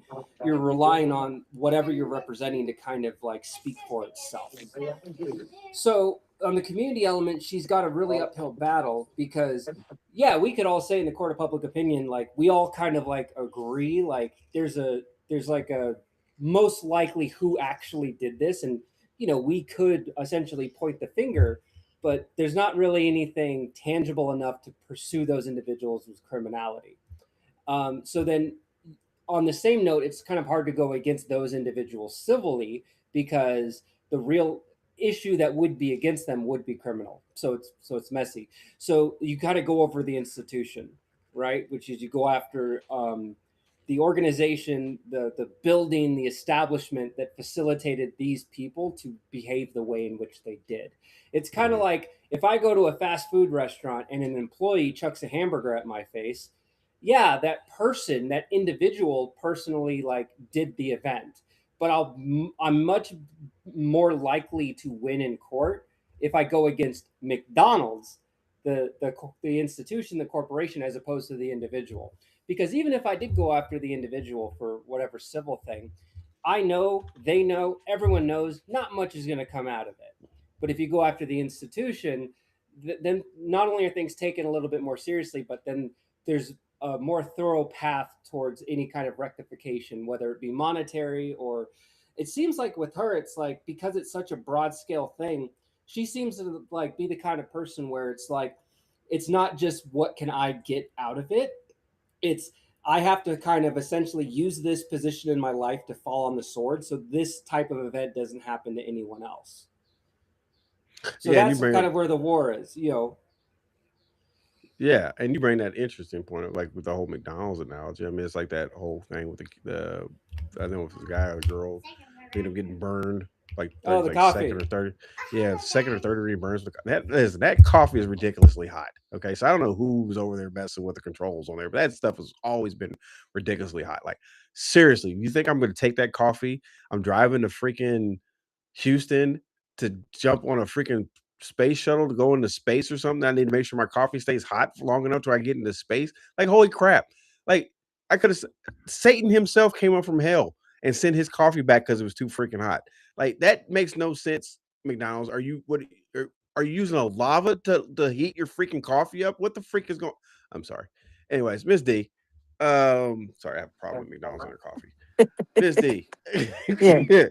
Um, Oh, well, just to throw that little bit of tidbit of information out, the whole McDonald's coffee thing was actually it was an elderly woman. It okay. was spilt on her, like it was hot enough that her clothes melted into the wounds. Man, see now, see, McDonald's, you gonna have to run me them hands on both scenarios. The scenario Mace gave us about throwing a burger. If you throw a burger in my face, I'm not suing nobody. Run me them hands. I need to see you in the parking lot. Run me them hands. Let's go, partner. Because I'm knocking you, your manager, call the district manager up. We're gonna set an octagon up in the parking lot, and y'all come on in because I got something for that. And then the other one, if I put some coffee in it, it's melting into my no. I'm telling you right now, I'm going down to Walmart. I'm gonna grab some couple. I'm gonna grab some sanitizer wipes. I'm gonna wipe that stuff up, put mine down. I'm gonna wrap it up with some ace bandages. I'm gonna put that stuff, and I'm coming limping back over there, and I'm whooping yo. You know what? I'm sorry, Miss D. What were you gonna say? Oh no, I mean, I mean, I get it. Even if there was like a faulty in the whole thing, when she sued McDonald's, it was about she wanted her medical bills paid. She Mhm. wasn't looking for a large payout. And I think we're looking at almost the same thing with the Karen Reed case. She's not looking for a huge payout. She's looking for retribution Mhm. enough that it's going to hurt the wallet that they're going to think twice before doing it to someone else. And I agree. I mean, when you say hurt the wallet, I'm 100% saying we're going after the city here, because the city's the ones they're gonna have to keep them people in check. But it's Keep not those just the city, though. There were state officers involved in this. right. Well, that's So what I'm you're saying. It's actually like going against the entire Commonwealth of Massachusetts. yeah. So that's what I'm saying. It's like you're hitting that wallet, that purse, or whatever that you want to call it. You're hitting it because it's like, yo, if you don't keep your people in check, you don't do better training and keep this thing under control, y'all gonna be coughing up millions, if not billions, of dollars in the future. And that's the one thing we gotta. And see, there's a lot. So much. Listen, this case it opens up and talks about so many different things because there's so many. When we talk about the corruption and everything, look at what's going on now. You got the flock cameras. You got everything that's going on with the new policies and stuff that you might see come up with your devices. Like the changes they're making with the automotive industry. And there was a video that somebody just sent me today, and this is a little bit off, but kind of on the same. Somebody sent me a video today where a guy he missed one car payment, and he has one of the new Broncos. Missed one car payment, and they shut his car down. He was at a stoplight in the middle of traffic trying to turn, and his car shut down because he missed a payment, and they shut him down. Like this is where I'm talking about. This is where this is getting beyond ridiculous with the stuff, to where they'll just shut you down. Don't even care about where you're at. Don't care about what's going on. They just shut you. They can shut your vehicle down without telling you anything. Just for missing one payment. Now I can see differently if he was like three payments behind. Maybe four, maybe five payments behind. I can see that. Okay, I get that. But at the same time, how about we not shut him down when you can clearly see, if you look at the GPS, he's in traffic? How Yeah, about wait until he that's gets a major safety issue. I mean, how yeah, about shutting down the starter so he can't start it to begin the with? next time he goes to start it? And this way, he's not going to be in the middle of traffic. Right. It's Like you could have waited until They well, he missed shouldn't a have payment. access at all. Oh This my is true. good god! Like, Well, I agree with well, you. that's ah, true. I mean, I agree. I agree with you as well. That I mean, they have done studies on that. That the trackers that they put on these vehicles for that purpose actually do more damage to the vehicle than they do good for the consumer. Well, yeah, 100%.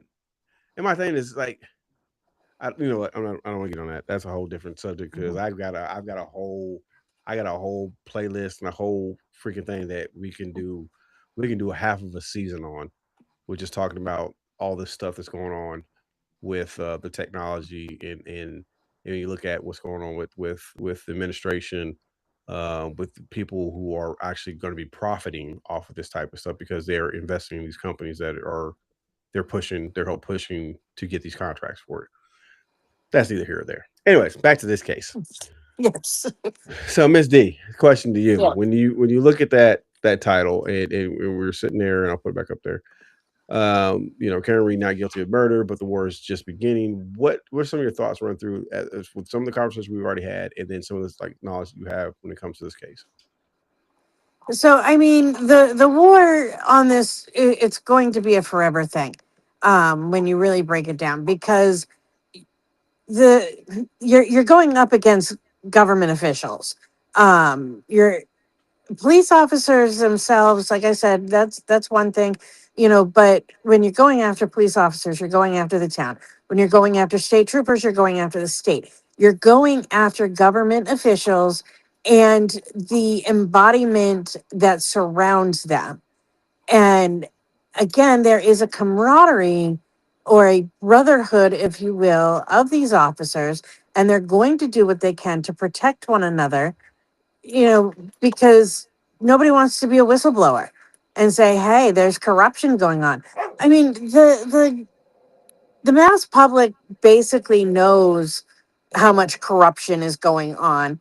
Um, and I'm really hoping that the Reed case is going to crack open some of that, because you can't heal a wound like that unless you really get into the internal workings of it. Yeah, and there's a lot of wounds that need to be healed, from when it comes to just officials in general. You know, whether you're talking about law enforcement, at the local level, at the state level, at the national level, at the federal level. Um, there's a healthy distrust of law enforcement. Um, and call, you can try to slice it up, dice it up, serve it up however you want to. You say, well, not all are bad. You're right, they're not all bad, but the stigma when it comes to law enforcement is a well deserved stigma because of the fact that you've had and still have so many that are bad at their job. That's just, lack of a better term. They're just bad at their job. And it really hurts those who are actually out there doing the right thing. That are actually out there serving and protecting the people. And then in this case, this is when you look at it like this, you're looking at it. Okay, so these all people are involved in law enforcement. Seemingly, they have committed murder allegedly. Once again, none of this is we haven't proved. There's none of this we're proven. We don't have to prove anything. Um, but could be allegedly have committed murder, and then they've gone through a painstaking process of trying to cover it up and frame her. Now, I agree with Mace and one a comment he made earlier. You don't need a lot of people in order to do a cover up. You just need people who are going to be able to follow instructions and follow your orders. You can have two or three people that are basically running the operation, but if you steer the other people that are around you and put them in place and position to basically do their job, but you're giving them the evidence in order to process. You're telling them, hey, oh, did we look at this part? Oh my God, hey, good look, sir, or good look, ma'am. You know what I'm saying? And they look at that and they're, oh my God, we never would have saw this. That's great. That's a great find by this guy. This just speaks to how great this officer is or this detective is at their job. When they're steering the whole investigation. I mean, you can look at that on some other cases that are going on right now in America, but we're not talking about those cases. But you get certain people that are, in charge or get in charge, and they say we're going to do all this stuff, but then as soon as they get in charge, then all of a sudden those investigations that were going on cease, and then the cover up begins. And there's been quite a few of those things that have been going on in these last few years.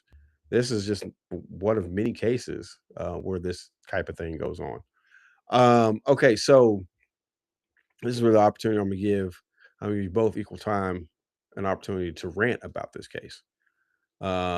Miss D, I'm gonna let you go since we haven't heard much from you yet. I'm gonna let you go, and I'm gonna give you free range. Talk about whatever parts of this case you want to talk about. Well, again, the whole thing is, based out of Massachusetts. And even right now, we've got another major case out of Massachusetts with the whole Lindsay Clancy thing. Oh Now, yeah, I forgot about that. right. And, and you've got so many people, The heck is going on in where's, Massachusetts, man? I don't know, don't drink the water. Good God. I mean, they say it's dirty water anyway, so, but, um, when everybody like really breaks down these cases, you know, you get people in the Reed case that are defending law enforcement, people that are tearing it down. um and I get both sides. Believe me, I get Hmm. both sides. I'm not. I used to trust law enforcement blindly. I no longer do for personal reasons. Um, it there's too many cover-ups in law enforcement around the world, not just our country, not just Right. any individual state. Yeah. This is a worldwide issue Hmm. because it all has to do with power and an imbalance of that power. And then the whole thing with the Lindsay Clancy case. I mean, you're talking medical professionals again, first responders that were involved in that case. And if anybody is not aware of the Lindsay Clancy case, one, I think you're sleeping under a rock somewhere. But this woman is on trial for allegedly unaliving her children, which she admitted to, but there was a lot of things, like 17 med changes in 3 weeks and, calling, psychosis, all of that. Um, Hmm. but, the ex-husband's also married to a doctor that looks just like his ex-wife. Ooh. There's a whole lot of, things going on. Didn't they have the Cover-ups same can be travel agent? done. I don't know. No, I'm Don't saying know. that's kind of, yeah, that's something that came. Anyways, I'm sorry. Go ahead. Go ahead. No, we're Right. talking about the case.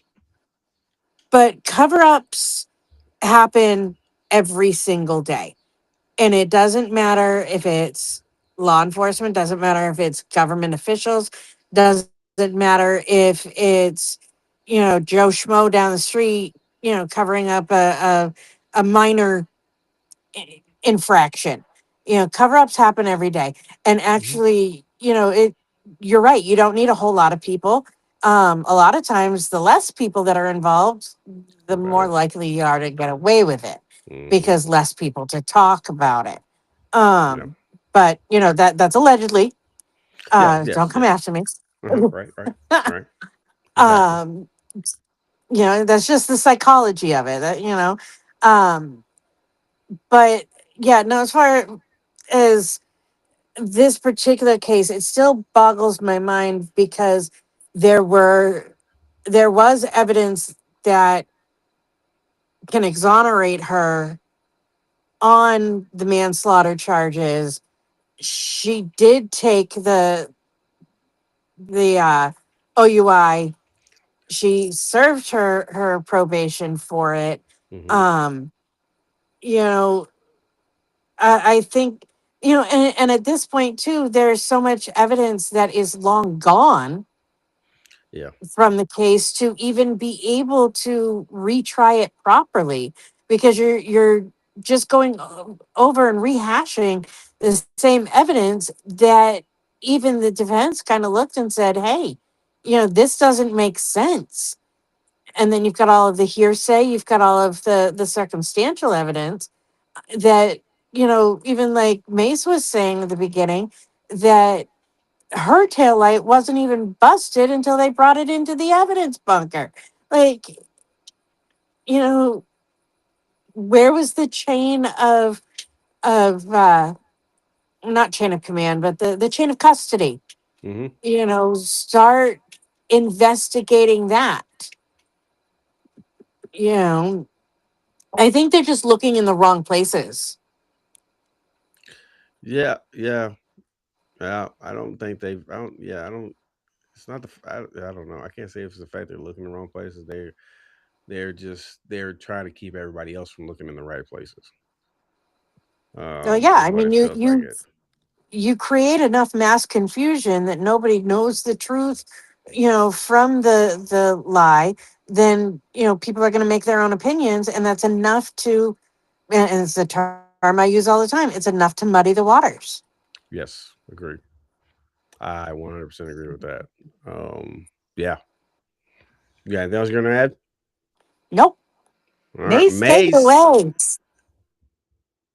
Oh yeah, I don't think I have as much to say on this one, other than what has already been said. So, at least from my stance, it I will just say that the whole thing, it's like it does.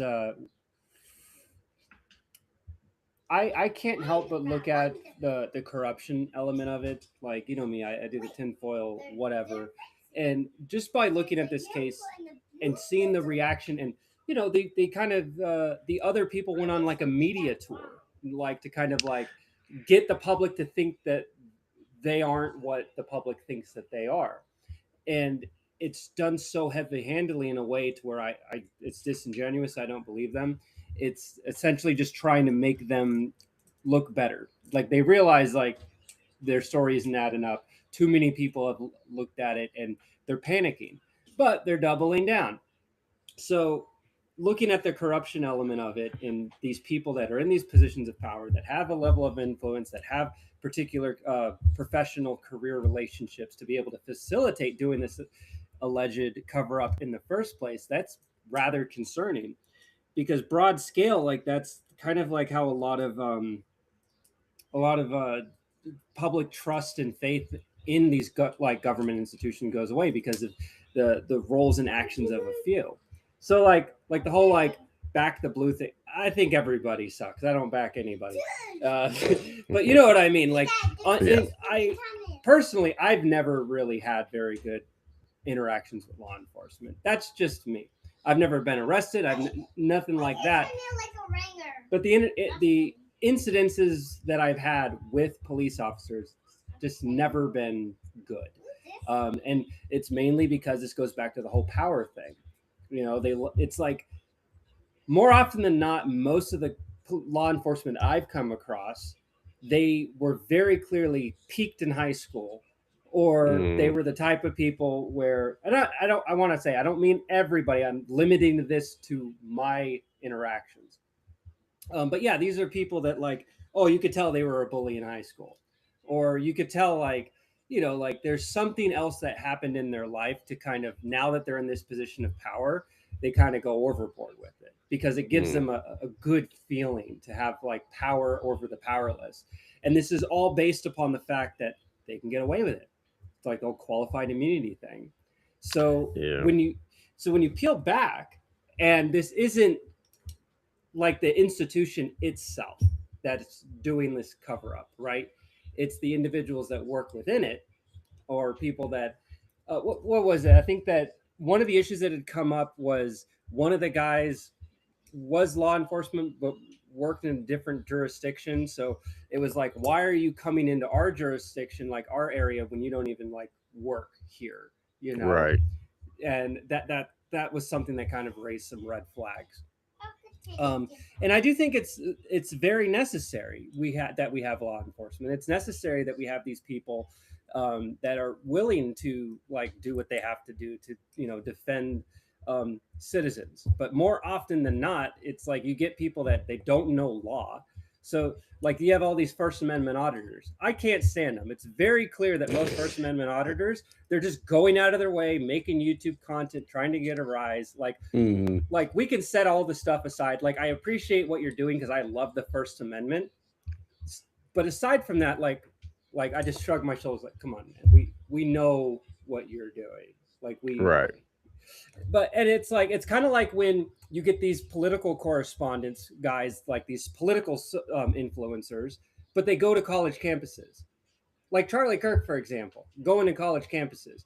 Steven Crowder going to college campuses.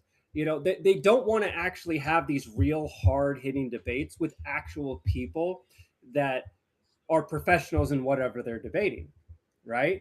Because most likely they'll lose, or most likely they're not going to be on the same level. They're all substance and style, and or they're all style less substance. And so when you go against the college kids, what you're doing is you know it's going to be a losing battle for the college kid, because all the college kid is doing is rehashing talking points that was given to him by the institution. So it's just NPC behavior.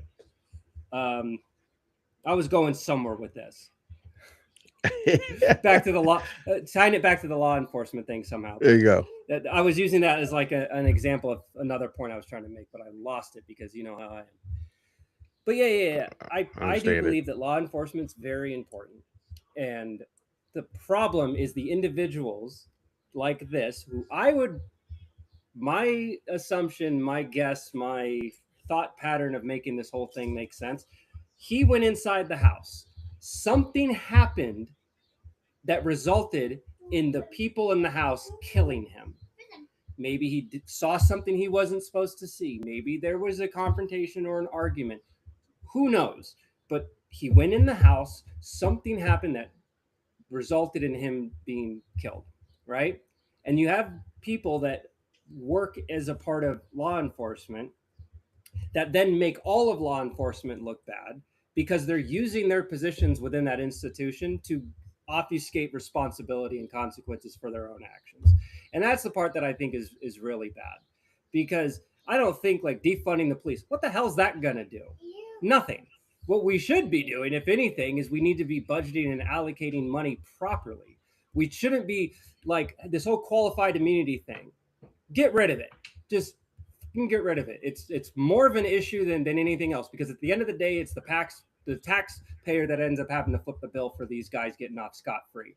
Or because then the city sued, the department sued, the state sued. That comes out of us, right?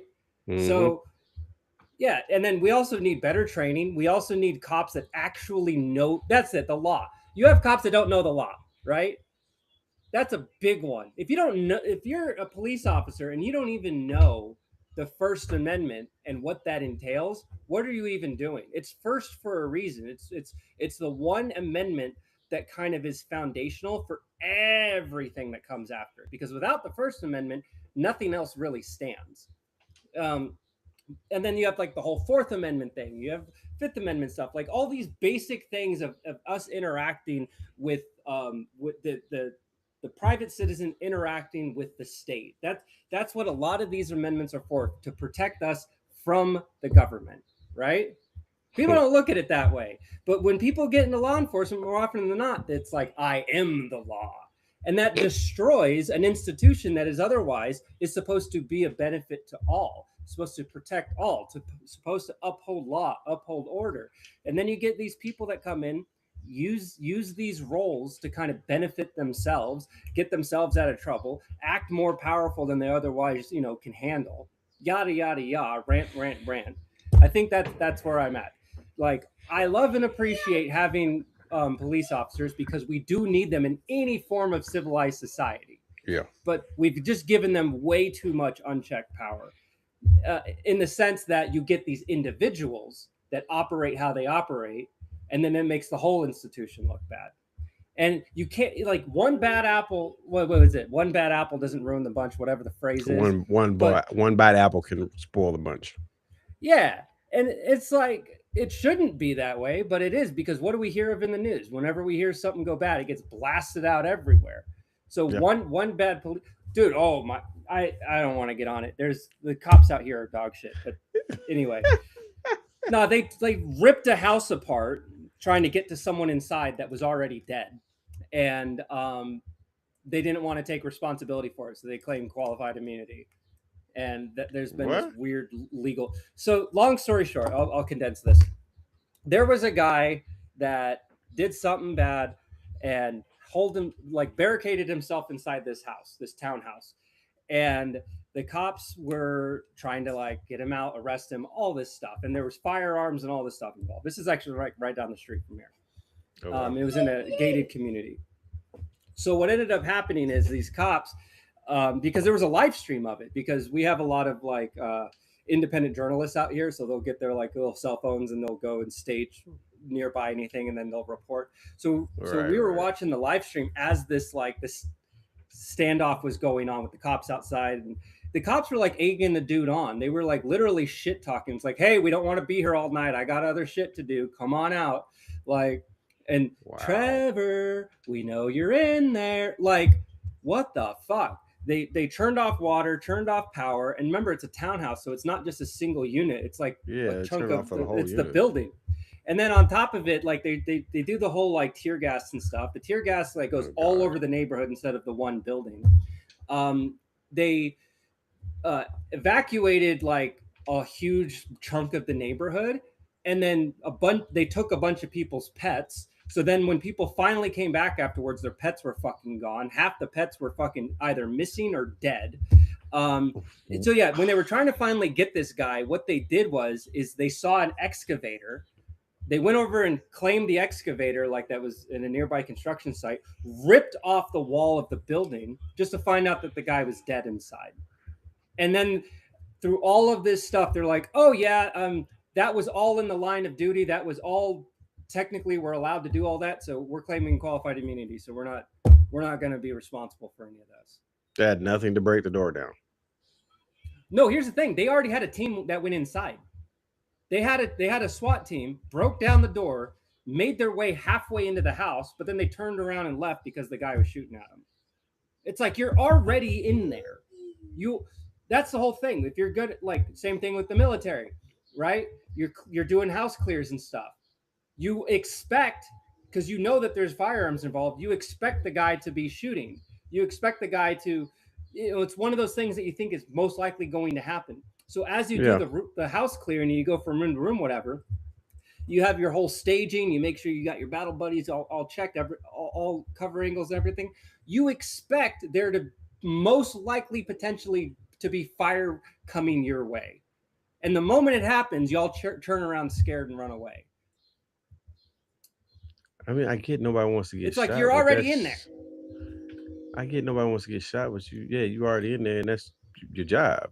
They even sent robots, and that was another thing that's another thing that the taxpayers out here had to do was we had to because he destroyed their robots that they sent him, which were millions of dollars. All right, anyway, I'm done. Keep going. I don't even know how to process that. There was so much that just happened there that just really irked me. Like it really vexed me to my soul. With just the sheer stupidity of some of the stuff that goes on. Well, I mean, look at the Uvalde case where the armed man went into this school and cops came down, the corridor. He opened fire. The cops ran the other way with children in these classrooms. The gunman wound up, going in. And I mean, one classroom was like 17, 18 kids. And it took them 70 minutes, to go back in and clear. I mean, that was 70 minutes that this man tortured these children, and just unspeakable things because the cops couldn't take, they ran the other way when he started shooting at him. It's like, take him out. I couldn't be the police chief. I'm telling you that right now. I'd have been like, hey, all y'all, give me your badges, give me your guns, and go home. Yeah, just wow. Okay, listen. This case itself it's just there's a lot of crazy things going on. There's a lot of corruption going on in this.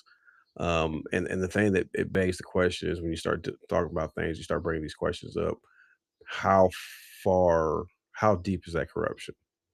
You know what I'm saying? Like if anybody's ever dealt with like let's say potatoes or something like that, you feel a bad spot in potatoes. Sometimes whatever it is, you can cut a little bit of the piece out that's bad, right? And you still have, a pretty good chunk of your potato, right?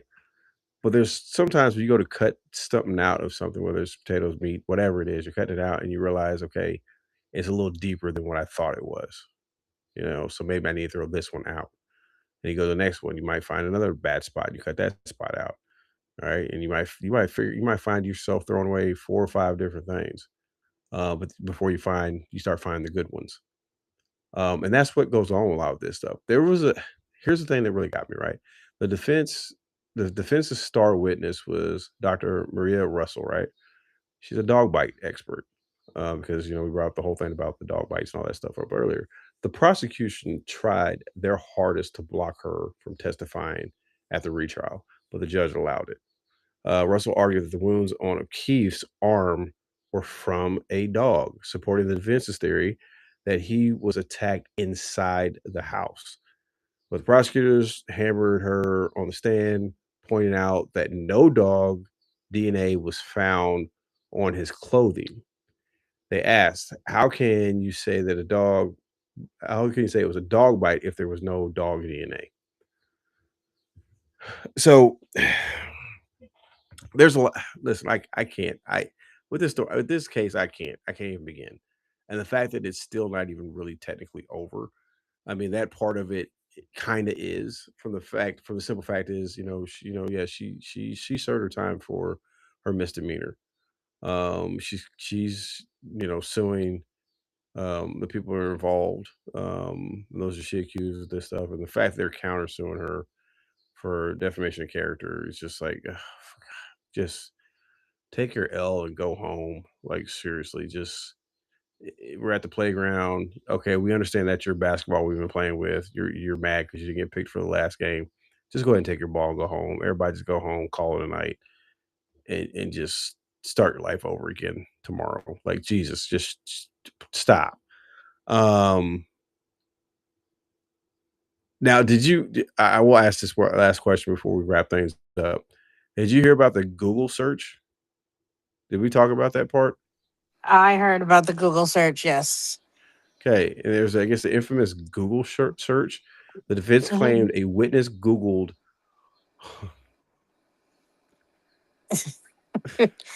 How long does it Well, take to die being left out in the cold? that's not what I'm laughing about. I'm laughing at Mhm. the article that which it brings it up. Mhm. So obviously somebody needs to look at their editor because whoever proofread this needs to be fired. And whoever allowed this to be submitted needs to be fired. It doesn't say how long. It says hose long to die in cold. HOS. Hose. Like what?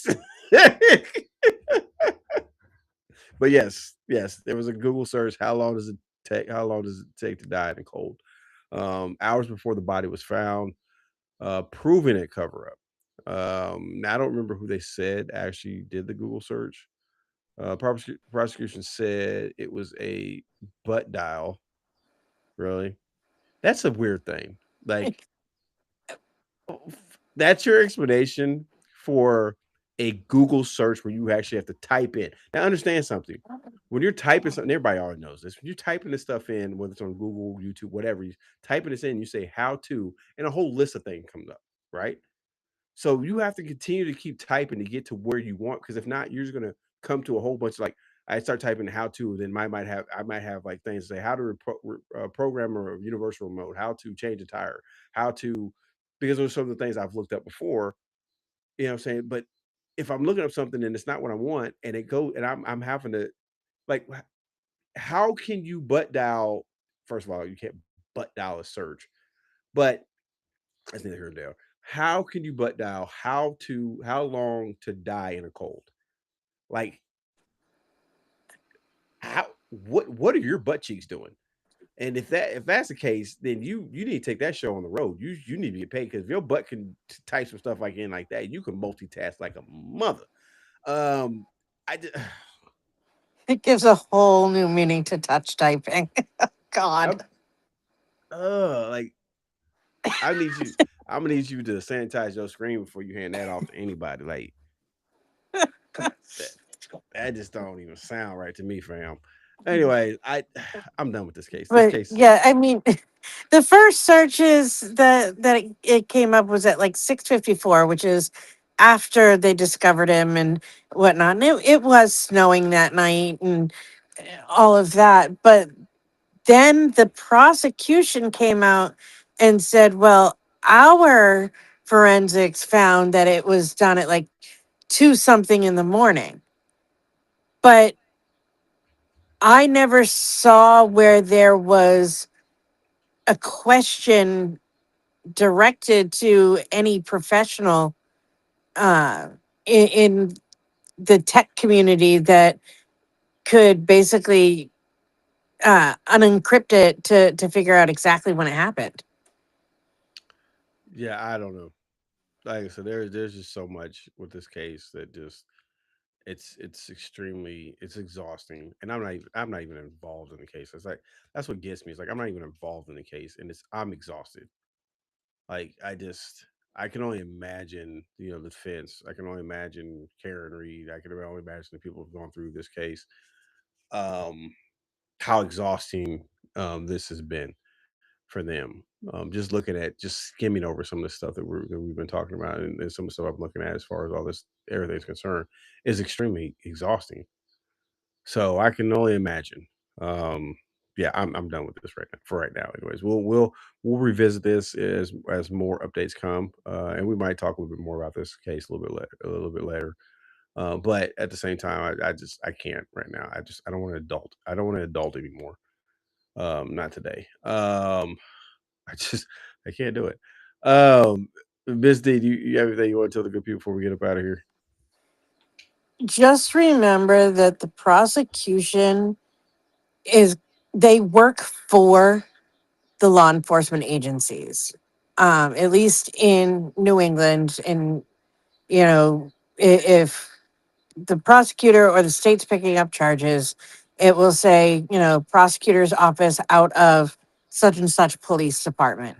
Right. So the prosecution itself is going to follow the law enforcement lead. Um, and so many people are programmed that law enforcement is doing forensic science to, prove or disprove a thing rather than trying to cover something up. We have to remember that these are people too that can be just as messed up and depraved as any other criminal. But because they wear a certain uniform or a certain badge, people are going to look at them in a higher light, basically. And how about we start looking at people for people and doing the work that is based on the science, because that may be our only way to find the truth in some of these crimes. So that's all I got to say about that. Okay, I like it though. Mace, What up? What's what the do you have to say to question? good people as we get out of here? Oh yeah, everything's a lie. Reality's fake. It's real, but it's fake. It's complicated. Um, yeah, love your loved ones and be nice to people and don't sweat the small stuff and don't give in to being mean to people that deserve it. There you go. What? That okay? I like it. You know what? I like it. I like it. Was that like a roundabout way of saying don't sweat the petty, but definitely don't pet the sweaty? Yeah, Yeah, something like that. yeah, that too. I can get down with that. I can definitely get down with that. Yeah, definitely appreciate it. Definitely appreciate everybody who joined us over on our YouTube channel. Like I said, if you're watching this later, whatever might be on, definitely check out any of our past episodes on YouTube at TBS 216. Like I said, I oh crap. Sorry, they did that thing again where I go click on something and it closes down my windows. Anyways, um, I do enjoy Riverside. There's still some things I'm still having some issues with. So I don't know. We'll discuss some things at a later date.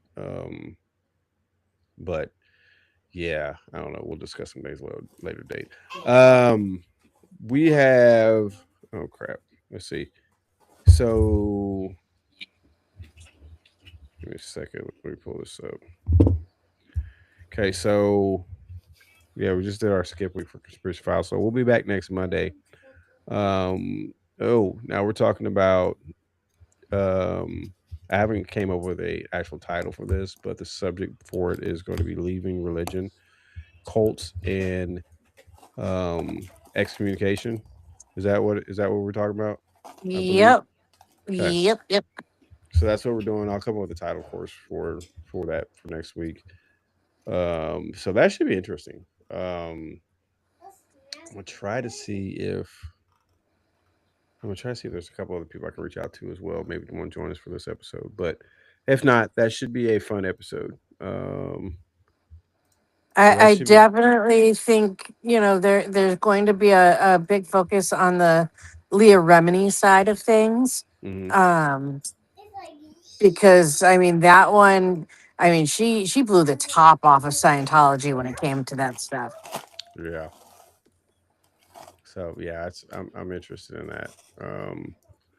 There's a lot of different things when it comes to that. So that should be a interesting topic for Monday. And then we follow that up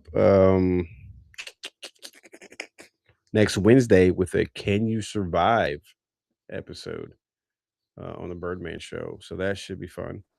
And then we're getting pretty close to the end of the Birdman season for season 8, right? Yep. I think we've only got Wow. like 2 or 4 episodes.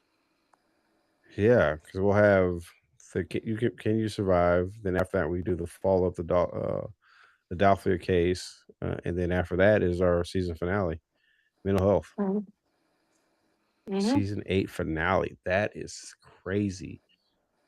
I think we're at the end of 8 seasons. You're going to go into our 9th season. Wow, outstanding. Um, oh, I do have an announcement to make though.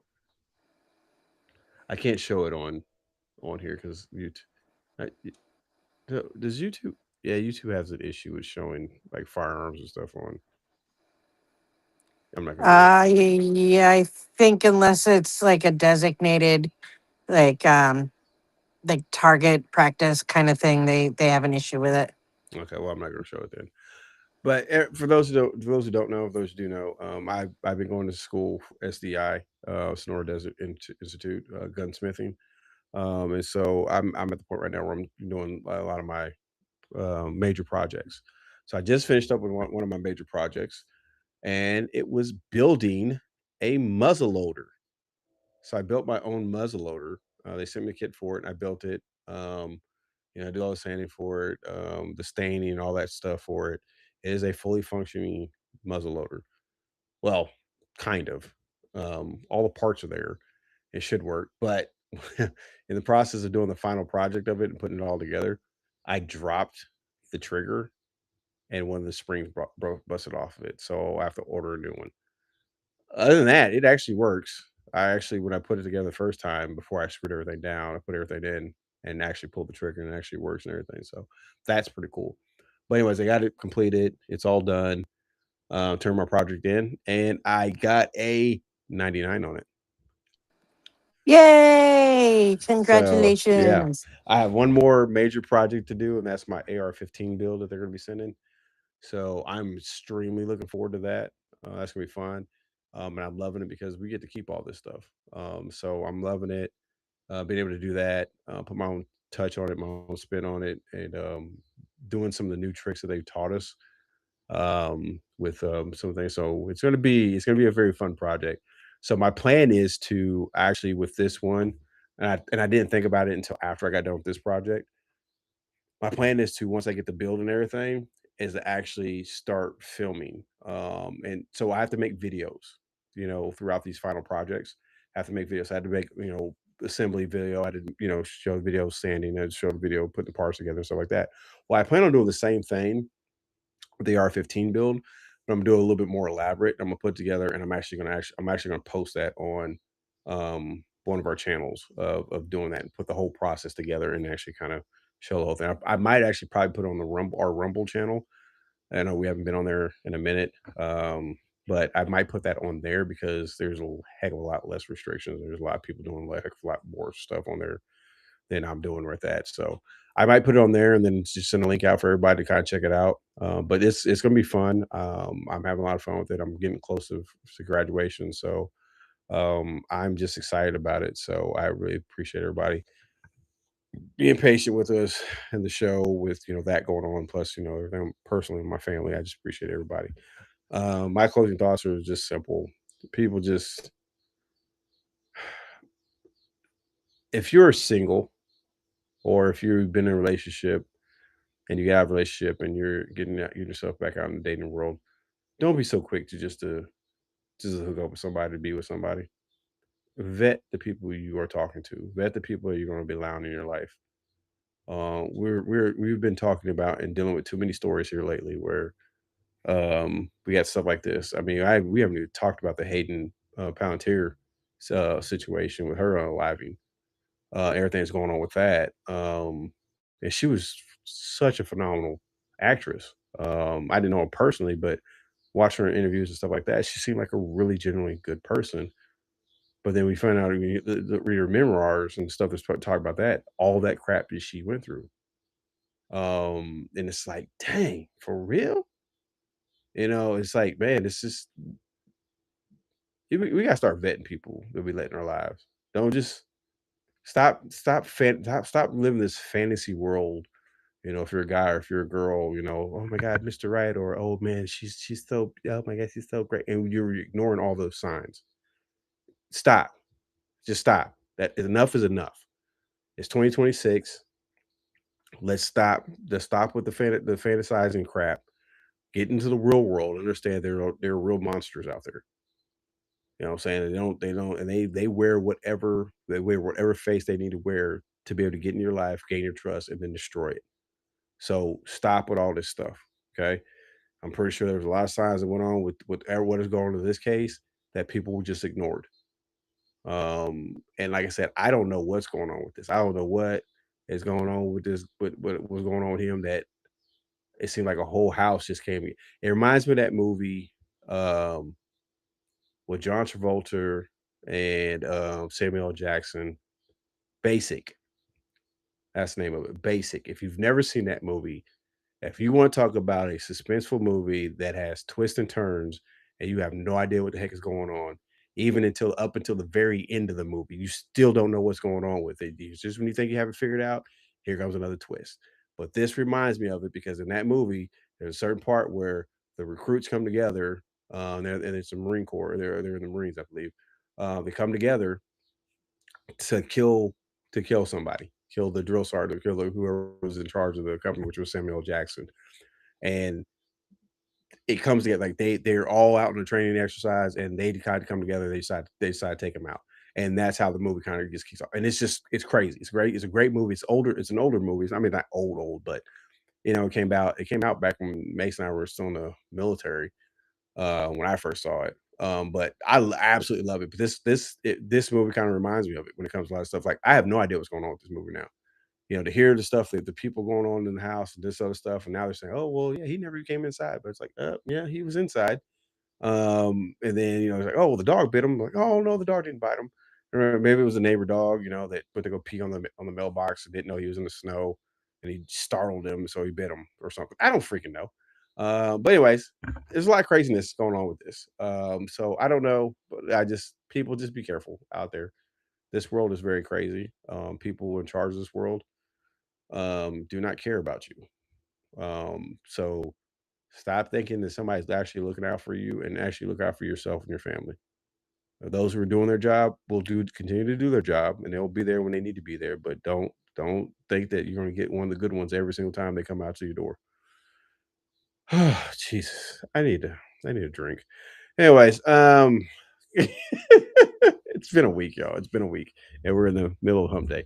But listen, we love you guys so very much. We thank you guys very much for supporting us, loving us, being here with us, and just being there. We just love it. Okay.